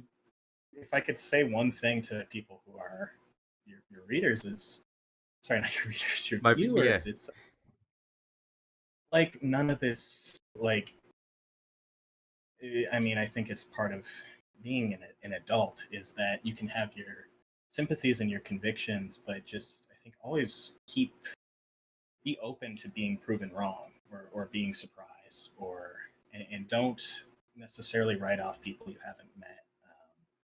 I know the thing that always just made me want to blow my brains out was I made the mistake of looking at the comments on the Argo, the X7 story, and it was somebody saying that Argo got what he deserved for being a class traitor, for staying at ZAUM when Perfitz and Hinpir and Rostov left. I'm just like, what are you? Can you read? Like, are you allowed to vote? Like, are you stupid? But yeah, so I spoke to Dora and Argo, and then a number of people still have coming in. I haven't checked my own work in a while. I can't remember if it was Dora and Argo and 8 people speaking anonymously, or Dora and Argo and 10 other people speaking. I think it was 12 actually. 12 total. Yeah, so, I think Dora 12 and Argo total. and Yeah. 10 anonymous sources. Yeah. And that was kind of something I wanted to drill down on. It's like, I think an important part of this is like asking the same questions of a lot of people who you know, or at least don't think are talking to each other, and people from various areas of the company and what they worked on. The same questions, and I was getting a lot of the same answer. I know IGN from, I think it was Wesley Ian Poole, wrote the story late last year about some initial Hopetown, Riaz Mullah, Dora and Argo stuff. But everybody I spoke to, again, said that they had no complaints about Dora and Argo as collaborators, and that there was this kind of interpersonal strife around the cancellation of the planned Disco Elysium 2 and the development of 2 potential follow-up projects, X7 and C4. But again, what I heard about consistently, and what I think, again, diving into, again, you can talk about ethics and artists and what's fair, but I think what I wanted to drill down in that article was just the very just frustrating, strange irregularities around that game's development. I think the big things that I would point to are the lack of a pre-production period, and then the fact that Dora and Argo were sort of project leaders, but that title was changed. They were demoted. I don't know if that was technically what happened, but effectively it seems to have been what happened. Yeah. And that's not an environment that's conducive to a successful development. And then they produced, again, what by all accounts was a very compelling first playable anyway. And ZAUM's president, I'm sorry if I mispronounce his name, Ed Tomaszewski, I think said at an end-of-year event that they would not be having any layoffs. And then mere months later, the project was canceled and there were layoffs. And that, to me, again, I want to, not get bogged down into myriad interpersonal events here or naming specific names at the company, but that to me smacks of poor management, poor planning, and a collection of talent and possibility that was squandered. And I think that is a crucial truth here.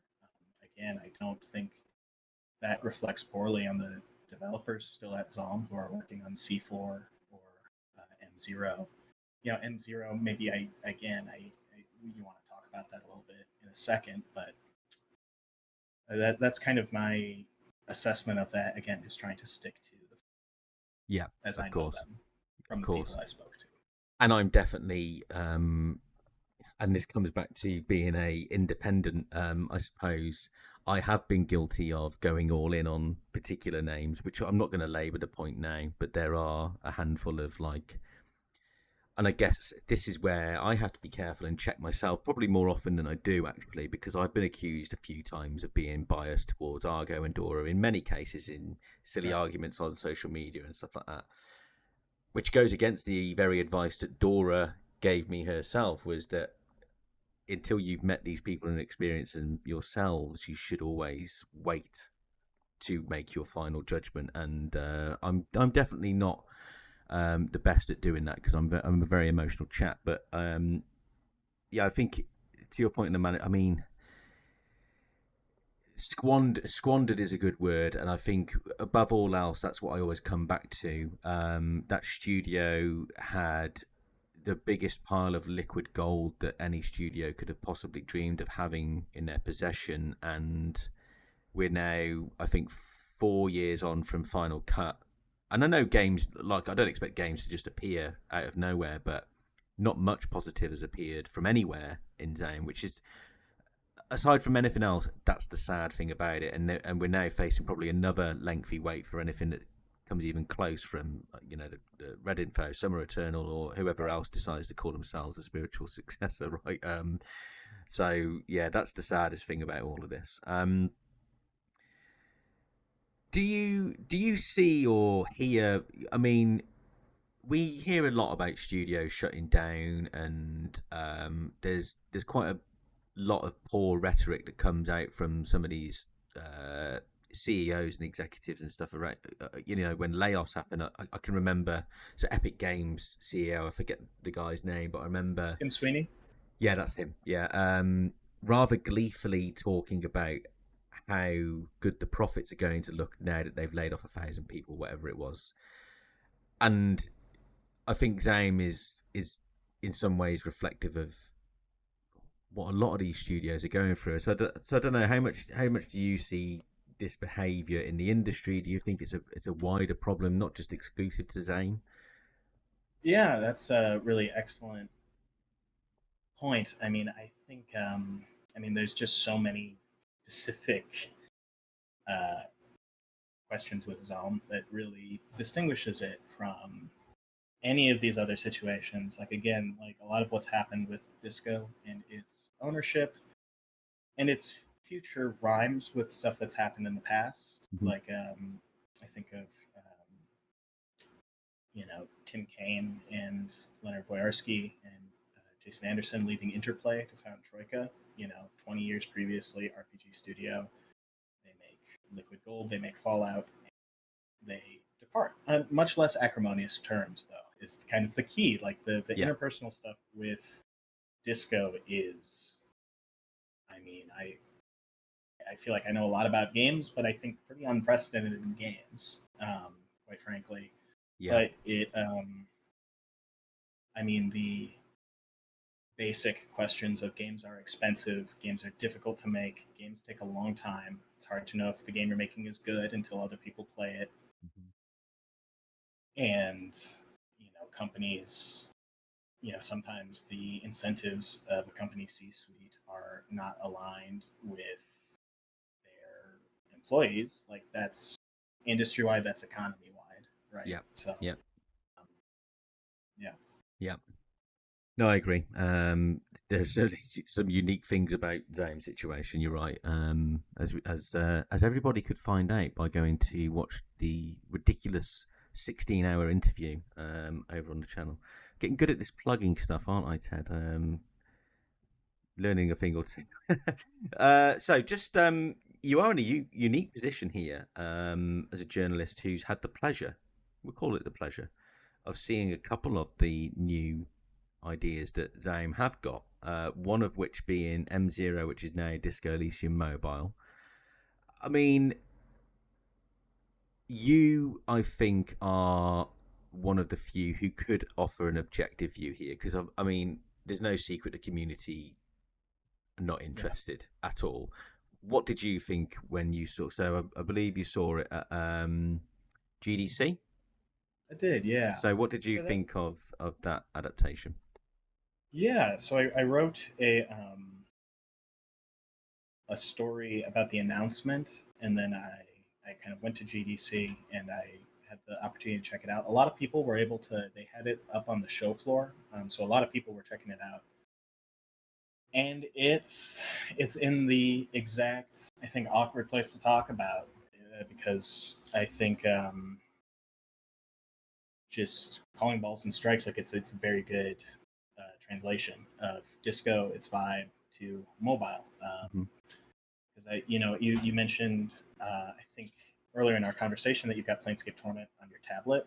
Yeah. Um, Beamdog, I think, did a great job, kind of making those Infinity Engine games fit on tablets and on Switch, home console. But those are inherently compromises. They're compromised versions. Like, they are made to fit an alternate control scheme. Um, and I think an interesting question with mobile games, and what makes a good mobile game, is they are designed with the control scheme in mind, right? Like, portrait, not landscape. Quick taps. Never do the shitty little on-screen controller. Although apparently that's how, like, most kids play Fortnite. So what do I know? It's crazy. I know.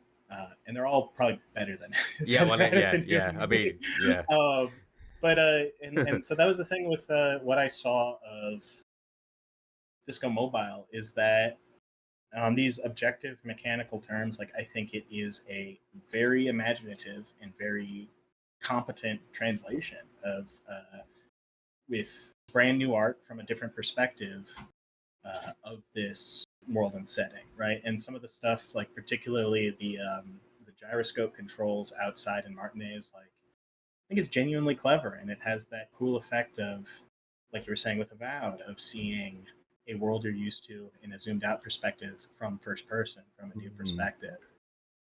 So that's the thing that makes it hard to talk about. Is, like, I think the people who worked on it all did a great job, quite frankly, translating it. It's not a product for me. I don't particularly have a desire to play Disco Elysium. Are I you don't not like the playing. TikTok generation? Exactly. Well, I mean, that's the thing. Like, again, I I don't want to run again. I don't want to run my mouth off, but I don't understand why they included that particular Very quote from strange. that Yeah. particular gentleman. Like, I don't think that was good marketing, quite No. frankly. Um, if that is, like, because, like, if that is what you're going for, like, that is smart marketing. Like, TikTok, like, there's a lot of games marketing that happens on TikTok. Like, you're right. I'm sure there are people sharing funny Disco Elysium moments on TikTok. Like, yeah, that's great. But, like, don't, if you're trying to sell it to people, that's not that's how you sell. That's how, that is that's a strategy. That is not a selling point. Yeah. Um, Yeah. and kind of, that's the thing, is, like, at the end of the day, like, I truly believe that, like, with the acrimonious situation around Elysium as a setting, as an intellectual property, to use the very corporate phrasing, Mhm. I think the ZAUM working on its own new setting, its own new game, like, trying to diverge from that, is the best thing that they could do with a collection of people who are very good at making RPGs. Um, and then there's this sense, I think, of, X7 being a new story, but connected, very personal character for Argo Tulik. I understand Kuno is something he carried with him for many years. Yeah. That makes sense. That feels different enough, while also, again, I think I never want to get too caught up in this trap of obsessing over a genealogy of people who worked on Disco Elysium. But if you're going to lay claim to it and want to profit off of it, that is an important part of the conversation. Yeah. And so with this mobile port, this mobile retelling, there is just this sense of it's not just continuing to profit off of the work of people who are no longer of the company and no longer seeing those profits. It is transforming it, right? This artistic transformation really just does not sit right with me, and that's what makes it so hard to talk about because it is like, and again, like this is another thing that I always want to say with like the way people talk about ZAUM and people working there is like it is, as we discussed several times in our conversation, a horrible time to want to be working in the games industry. Like Yeah. truly, like so I don't, if I don't begrudge anyone for like it's what it's a job, it's your dream job, it Yeah. is your skill What? set. Like I don't blame you for continuing to work in that sense, but all of which is to say, like, I don't, it leaves me feeling frustrated because I don't think there are any easy answers. But it is not a version of the game that I particularly want to play. But I think ultimately, mechanically, they have done some extremely clever and interesting things with telling an adventure game story with a mobile user interface, right? Like something like a Mist, but from a vertically oriented smartphone. Like that's an extremely clever mechanical idea for playing a game. Yeah. Well, I appreciate the view on the actual product because I think it's probably I don't know what I'm going to do when that thing comes out. I am someone who can kind of reject it on the point of principle, I suppose. But then there's also like a morbid curiosity, I suppose, and a service to my audience. I don't know what the hell I'm going to think. You might be the only objective view that ever appears on the channel, so I appreciate it. And I would nicely segue then into the other title, C4. Um, and they've done a little bit more of they were a little bit more open with their media promotion of that. Like they had Cosmos, I think, appear on a couple of interviews, namely GameSpot being one of them. And I believe that was also shown behind closed doors at GDC, but there are now articles published on it. So I think you'll probably know better than me how much you can say. I do have an article up about C4. Yeah. Um, uh, What did you think, and yeah, what did you get to see? I mean it is. So I saw a couple of gameplay sequences, like sort of discrete, um, not set pieces, but like moments of gameplay in a coastal city environment. And yeah, I think this one's a little bit thornier because I think C4 is the one that I think I came in and came to more open minded about. Mm-hmm. But and again, it's hard to show off an RPG in short amounts of time. But it my first reaction was it looks a lot like Disco Elysium, Okay. and with the amount of time that had passed, I'm like, I want to be dazzled. I want the doors blown off. And I kind of came away from it thinking that there are interesting ideas here and there could be far more than what I saw on display. There obviously is. It's a huge RPG, but it did not. It didn't hook me right away. Mm. In the same way that like within a couple seconds of playing Club Low, Demon King, even Esoteric Ebb or Rue Valley, and that's kind of the thing is it's like there's a larger team working on this game than Esoteric Ebb and Rue Valley, and it has been many years, and kind of this is its competition now, and like I feel like I want to judge ZAUM's own follow up to Disco Elysium. I want to hold it to a higher standard than I might a very small indie project. Yep. Um, and from what I saw, it's like there are some cool ideas. I think some really interesting mechanical iterations on the dice rolling gameplay of Disco, but nothing that blew the doors off. Versus, and again, from what I've heard of X7, like the immediate hook of dual protagonists and two Feld reels, Yeah. like that, I was like fuck yeah, let's go. Like Yeah. that blew the doors off It for did. me. Yeah, it did. Yeah. And that's the thing is it's like I mean RPGs are slow burns and again you can see here like I never want to dismiss the game because I mean I didn't even play it, like I saw a couple short gameplay snippets of it, but I came away from it remaining cautiously optimistic and not all the wait's going to be worth it, if that makes sense. Yeah.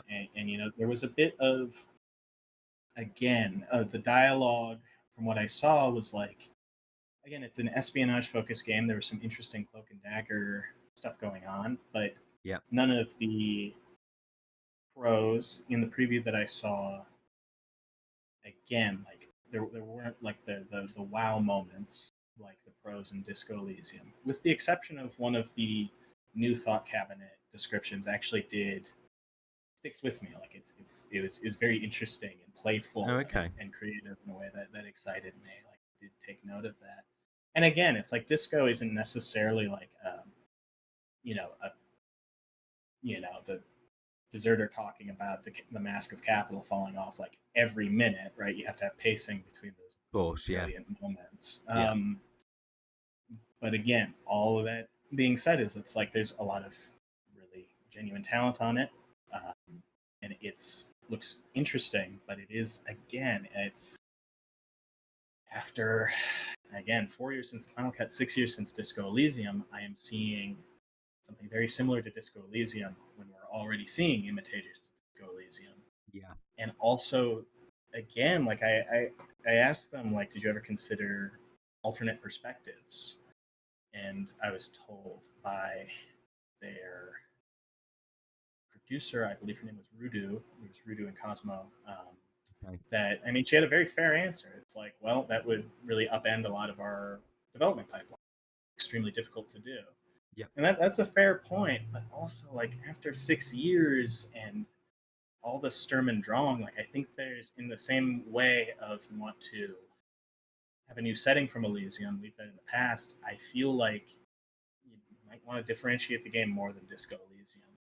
Like different perspective, and also it kind of had the same alternate 20th century vibe as Disco, right? Like this alt history kind of diesel and dreamy. It's a coastal city. It resembled Martinez a lot. The environments, and that has me kind of worried because you inherently invite comparisons to Disco Elysium. Yeah, and I think that's something I think I've had difficulty with in assessing what I see as viable and quality iterations on what Disco Elysium was, and what I really don't like, or rather, what I do like about studios like we've mentioned, Rue Valley, Esoteric Ebb, even what I've heard from Summer Eternal and places like that, is that they can't wait to be talked about as their own thing, and they don't mind being compared to Disco Elysium. They're flattered by it, but they really want to put their own stamp on the cRPG genre and are inspired by how Disco Elysium made them feel, rather than kind of going out of their way to be the next Disco Elysium. It's us lot as fans who've applied them with those tags. I kind of regret in some of our own coverage defaulting to that as a term for these studios, but also, I mean, it is also in a lot of ways their own marketing. Exactly. Some of them. Yeah.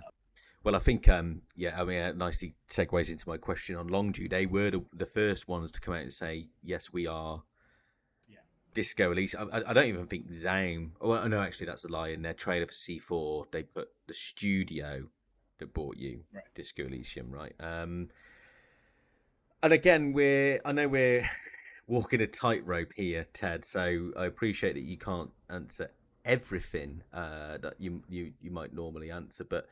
So on the 11th of March of this year, you published an article on the ongoing legal battle between Longdew and Summer Eternal. And I believe you had contact with some people at Longdew, so I'm just curious as to what that was like as an experience, and what your read is on what Longdew are going for at the moment.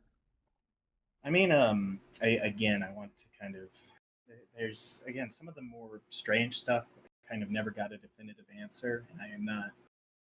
There's stuff I kind of wish I could kind of talk about Yeah. more publicly or interrogate. But I tried getting in touch with a couple maybe more anonymous contacts at Longdew that did not ultimately pan out. In terms of overall, it was mostly kind of focused on their own public coverage, and then again, kind of the stranger events around the subreddit, Oh yeah, of course.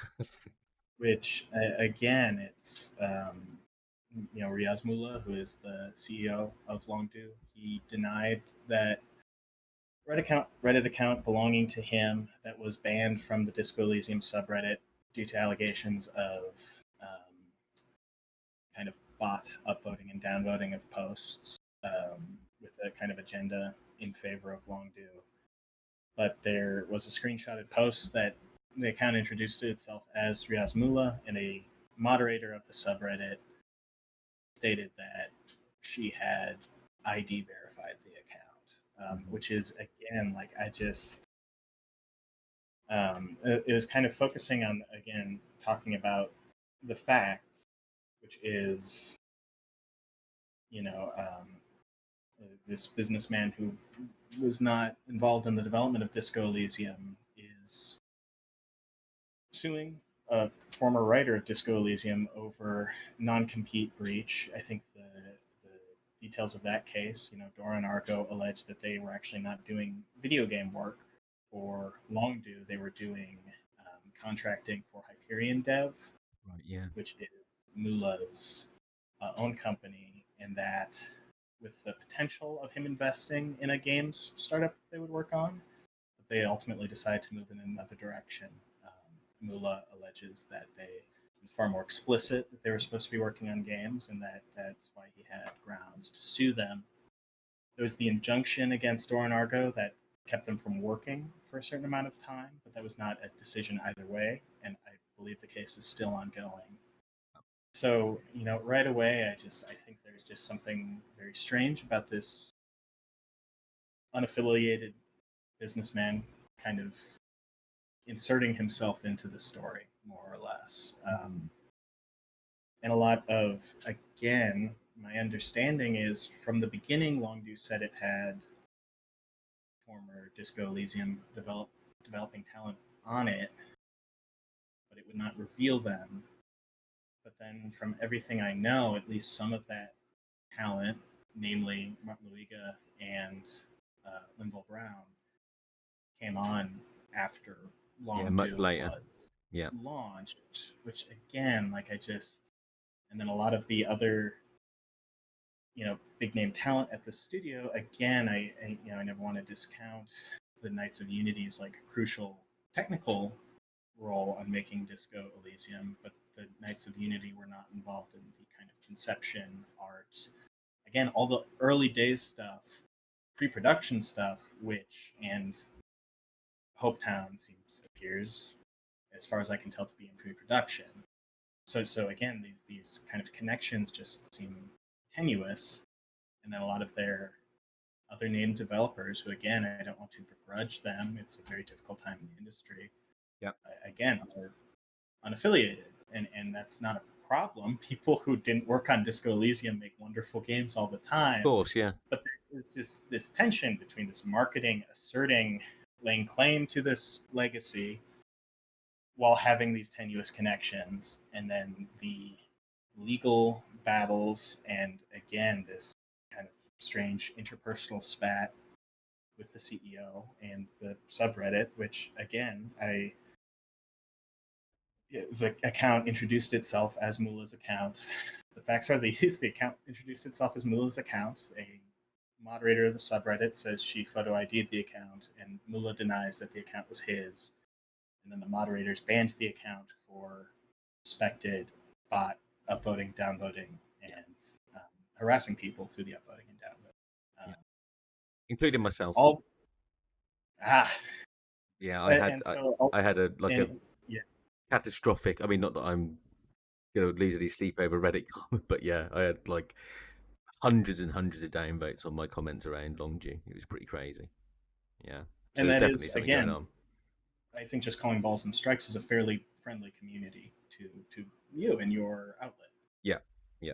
So that's all very strange. And then another thing, I like, we spoke about this previously. Like, I, I honestly don't know if video game Kickstarters were ever about fully funding a game. Like, video game Kickstarters are often used as a tool to show Further interest investment. Yeah, in a game to collect investment. Obsidian did that with Pillars of Eternity. They brought in $1 million, and then they were published by Paradox. Um, and then who else? I know Pathfinder, The Dragon's Demand by Ossian Studios. Really looking forward to that. Those are some great RPG guys. yeah. Their Kickstarter goal again was to initial funding and then also to attract investment and also prove interest to Paizo, who publishes Pathfinder. Yeah. Uh, all of which is to say, though, that again, Hopetown was funded pretty well, 153,000, but I mean, 33,000 I think is a very low ceiling. Like, I don't think that's a particularly ambitious funding goal for a project. Again, that is all of these things that I would just consider to be red flags. All of which is to say that at the end of the day, like that was not a project that I would recommend people give their money to, because Kickstarters like do not. If a Kickstarter fails, it does not owe you recompense or reimbursement. That is, I'm a big fan of the Your Kickstarter Sucks podcast, and one of their kind of repeat fixations is making fun of people in the comments of failed Kickstarters, being like, "I invoke my rights as a citizen. I demand satisfaction and recompense." So yeah, again, I would love to be proven wrong. I would love to have been wrong about all of this, and to have it be a great game and a new studio that provides stable employment to people.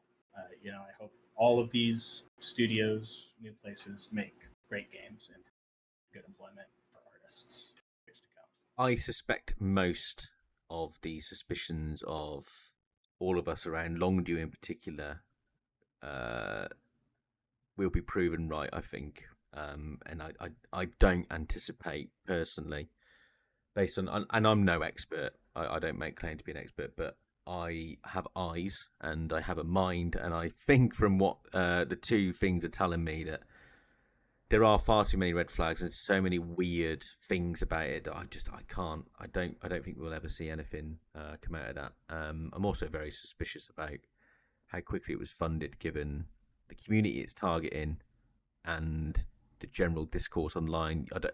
I've probably seen about 4 people say they're excited for the games. It's very very strange. And I know it's a project we love on Kickstarter, which means a Kickstarter employee backed it. I know it's a lot of games. I think there might be independent game crowdfunding communities separate from the Disco Elysium community. Yeah, who knows? I mean, I don't know. Yeah, yeah. it's yeah. It's a strange one. It's a strange one. Let me get my fun disco questions. So I'm glad to hear, Ted, that you are a big Disco Elysium fan. Otherwise, these questions would be I'd be screwed on these.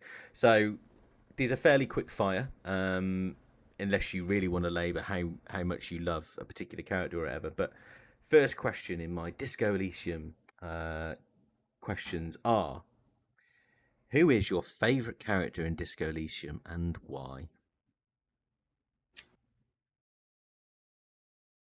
Gotta be Kim Kitsuragi. Maybe the best companion in any RPG. Like, how do you? Yeah. I always find it funny because I get the sense that you didn't want to say Kim Kitsuragi because it's too obvious, which a lot of people do. They're like, Yeah. I can't possibly say Kim, but it's a perfectly acceptable answer. Yeah. I mean, Kim Kitsuragi and like Karlach from Baldur's Gate 3 are like probably like just the best Oh individual my god, companions. we both love the same Baldur's Gate 3 character. So, Oh, yeah. and I'm Oh my god, my fiance painted this little Karlach bust. Oh, amazing. Amazing. So Samantha Bayart, who I found out through tweets recently, was a real pinch me moment because she'd said, "Oh, I really love what you did with Argo and Dora. Fantastic work." I was like, "What the fuck?" Karlach has seen my podcast, so yeah, huge shout out for Karlach. I love Karlach. Love Kim. Although controversially, Kim wouldn't even make it in my top 5. Really? Disco But characters? yes, but Whoa. but We got a Bird's Nest Roy fan over here. hey, do you know what? Actually, I do love me a Bird's Bird's Nest Nest Roy Roy. rocks. Yeah, Bird's Nest Roy is he is fantastic. But no, the thing is, right, and I know this podcast isn't about my opinions. People have heard my opinions enough. But, it's not that Kim Kitsuragi isn't an absolute 10 out of 10 amazing character. I still think he is absolutely incredible. I just personally find there are more layered, more complicated, and more fascinating people in the game. That's all. So before you all get your pitchforks out outside my house, don't come and kill me. I still love Knocks Kim. this man. Yeah, I still love Kim. My favorite character is actually Kuno. So He would be my other choice. Yeah. yeah. And Klassia. So I mean, I just love everything going on with like the way she's manipulating Harry, the way she is kind of set up in an antagonistic way, but is so sympathetic and has every reason to lie to you. Unbelievably complex and well written character. It's absolutely incredible. What would be your personal signature skill?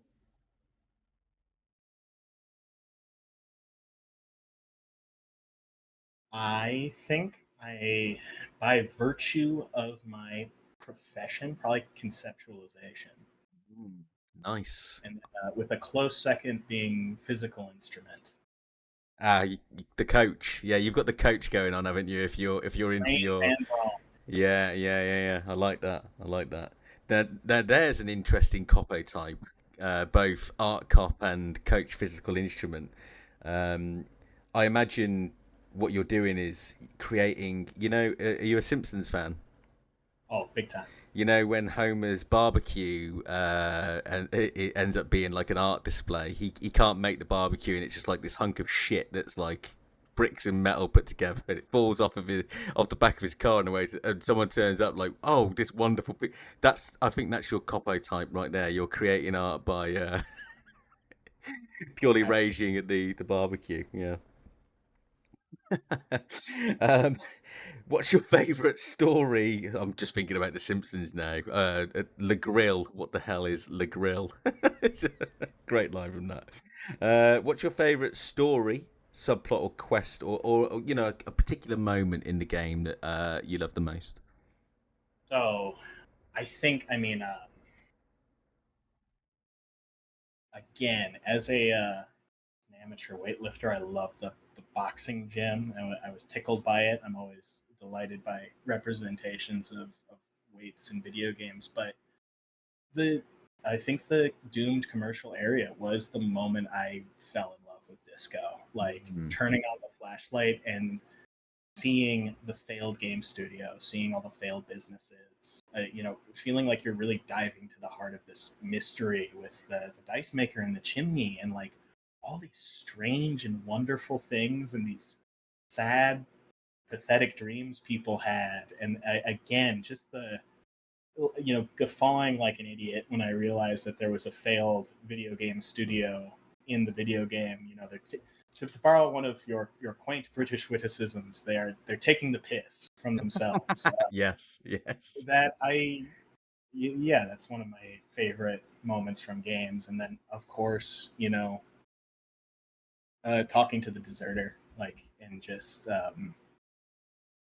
just the beautiful poetry and the bitterness on display there, and is kind of the alien ethics and morality he demonstrates, like this cruel sexism and mockery that you almost I don't want to say can't fault him for, but like a produced by a life of misery and degradation after Yep. he watched everything he held beautiful in the world destroyed. Like it is like a thought provoking character. 100%. And he's so well written and again like he says utterly vile things before then utter poetry, you know. Yeah, yeah, very well. I just actually doing a max stats video. I just went through the end of the game, and you talk. I'd forgotten how long you talked to him for. Like it's like a good like close to 2 hours of conversation where he just kind of lays it all out there. And yeah, absolutely fantastic piece of writing. And obviously, there's lots of quotes that people love to go with now.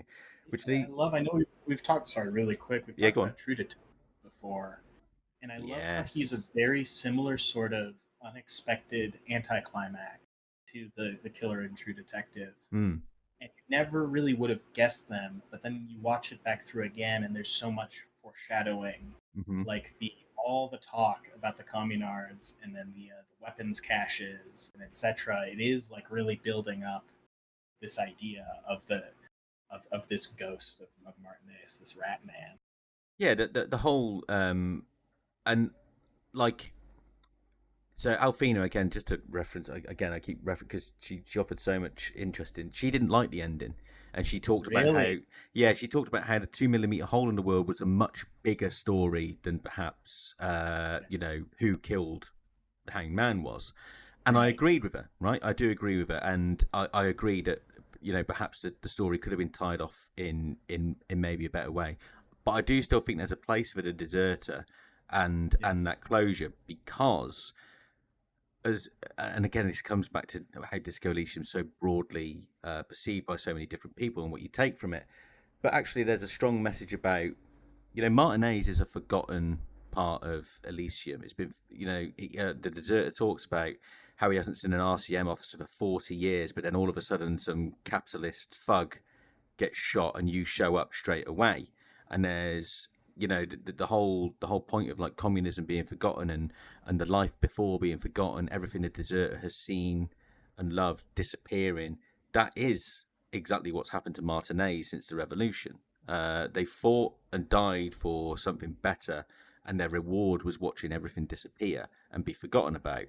And that is what the deserter represents. He is a forgotten last piece of forgotten Martinez history almost. Um, so again, it comes back to that thing like, what do you want to take from the game? And you can get obsessed about the pale, which I am, but you can also, be completely obsessed by the ghost of communism as well. So it really depends on your own thing, which is what makes it such a brilliant game. And I think it is like you almost read it differently in hindsight, knowing that we may never see a continuation of this Yeah, world. yeah, Like the 2 millimeter hole in the world is a question that will never be answered. Versus when they were writing it, it was the hook into something in the future. You know. yeah, yeah. Of course. Um, Favorite quote from the game? Oh,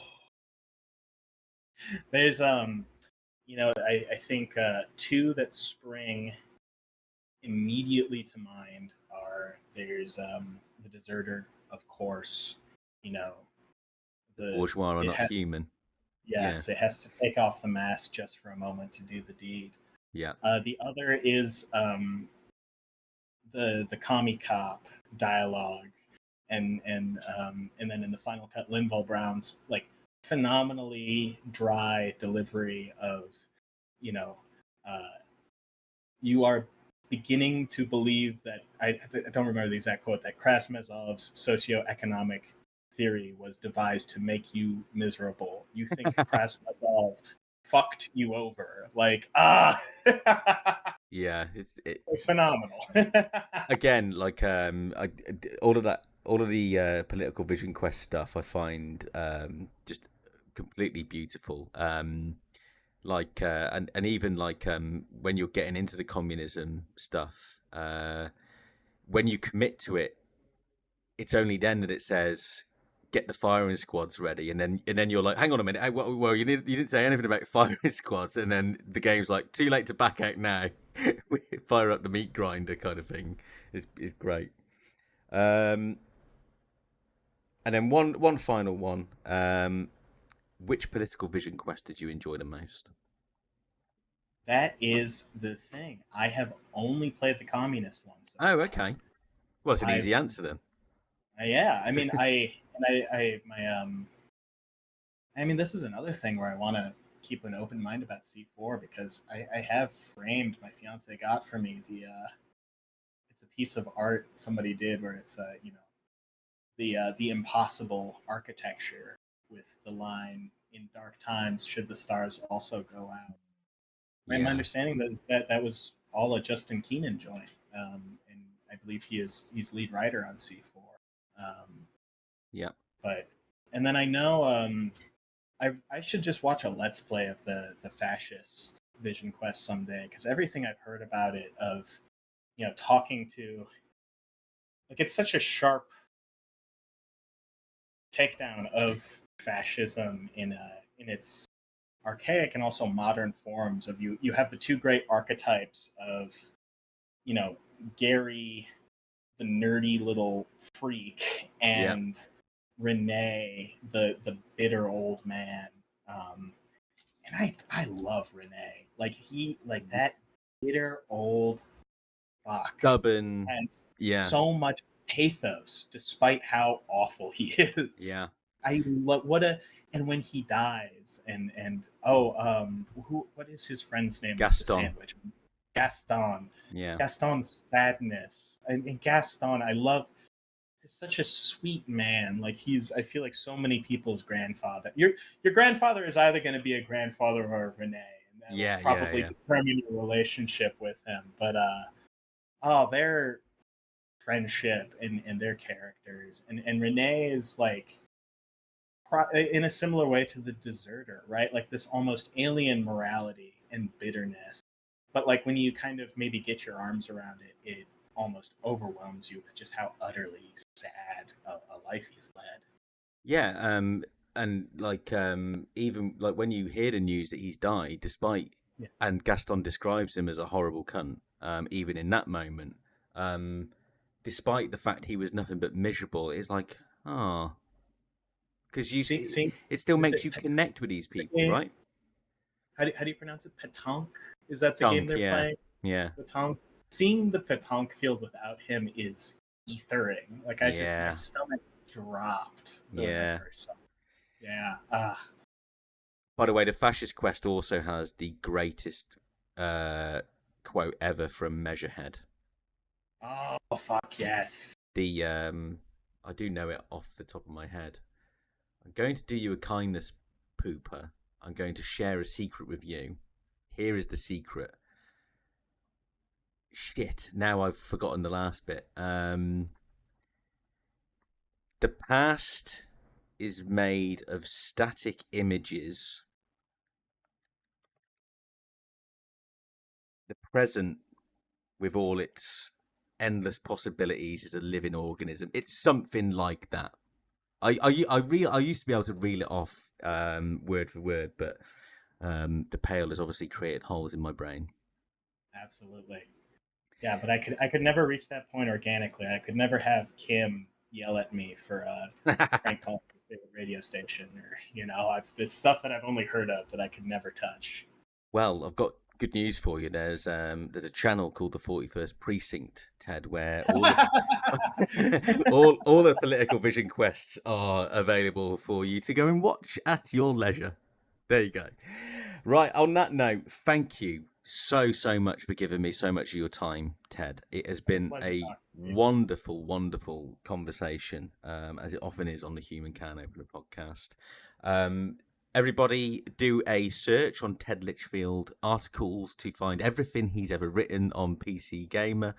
Dilfpatrol.bsky.social. That's if you want to see me talk about my lunch. There you go. And that has been PC Gamer's Ted Litchfield. I've been David of the 41st Precinct. Thank you all so much for joining me again, and we will see you on the next one. Adios.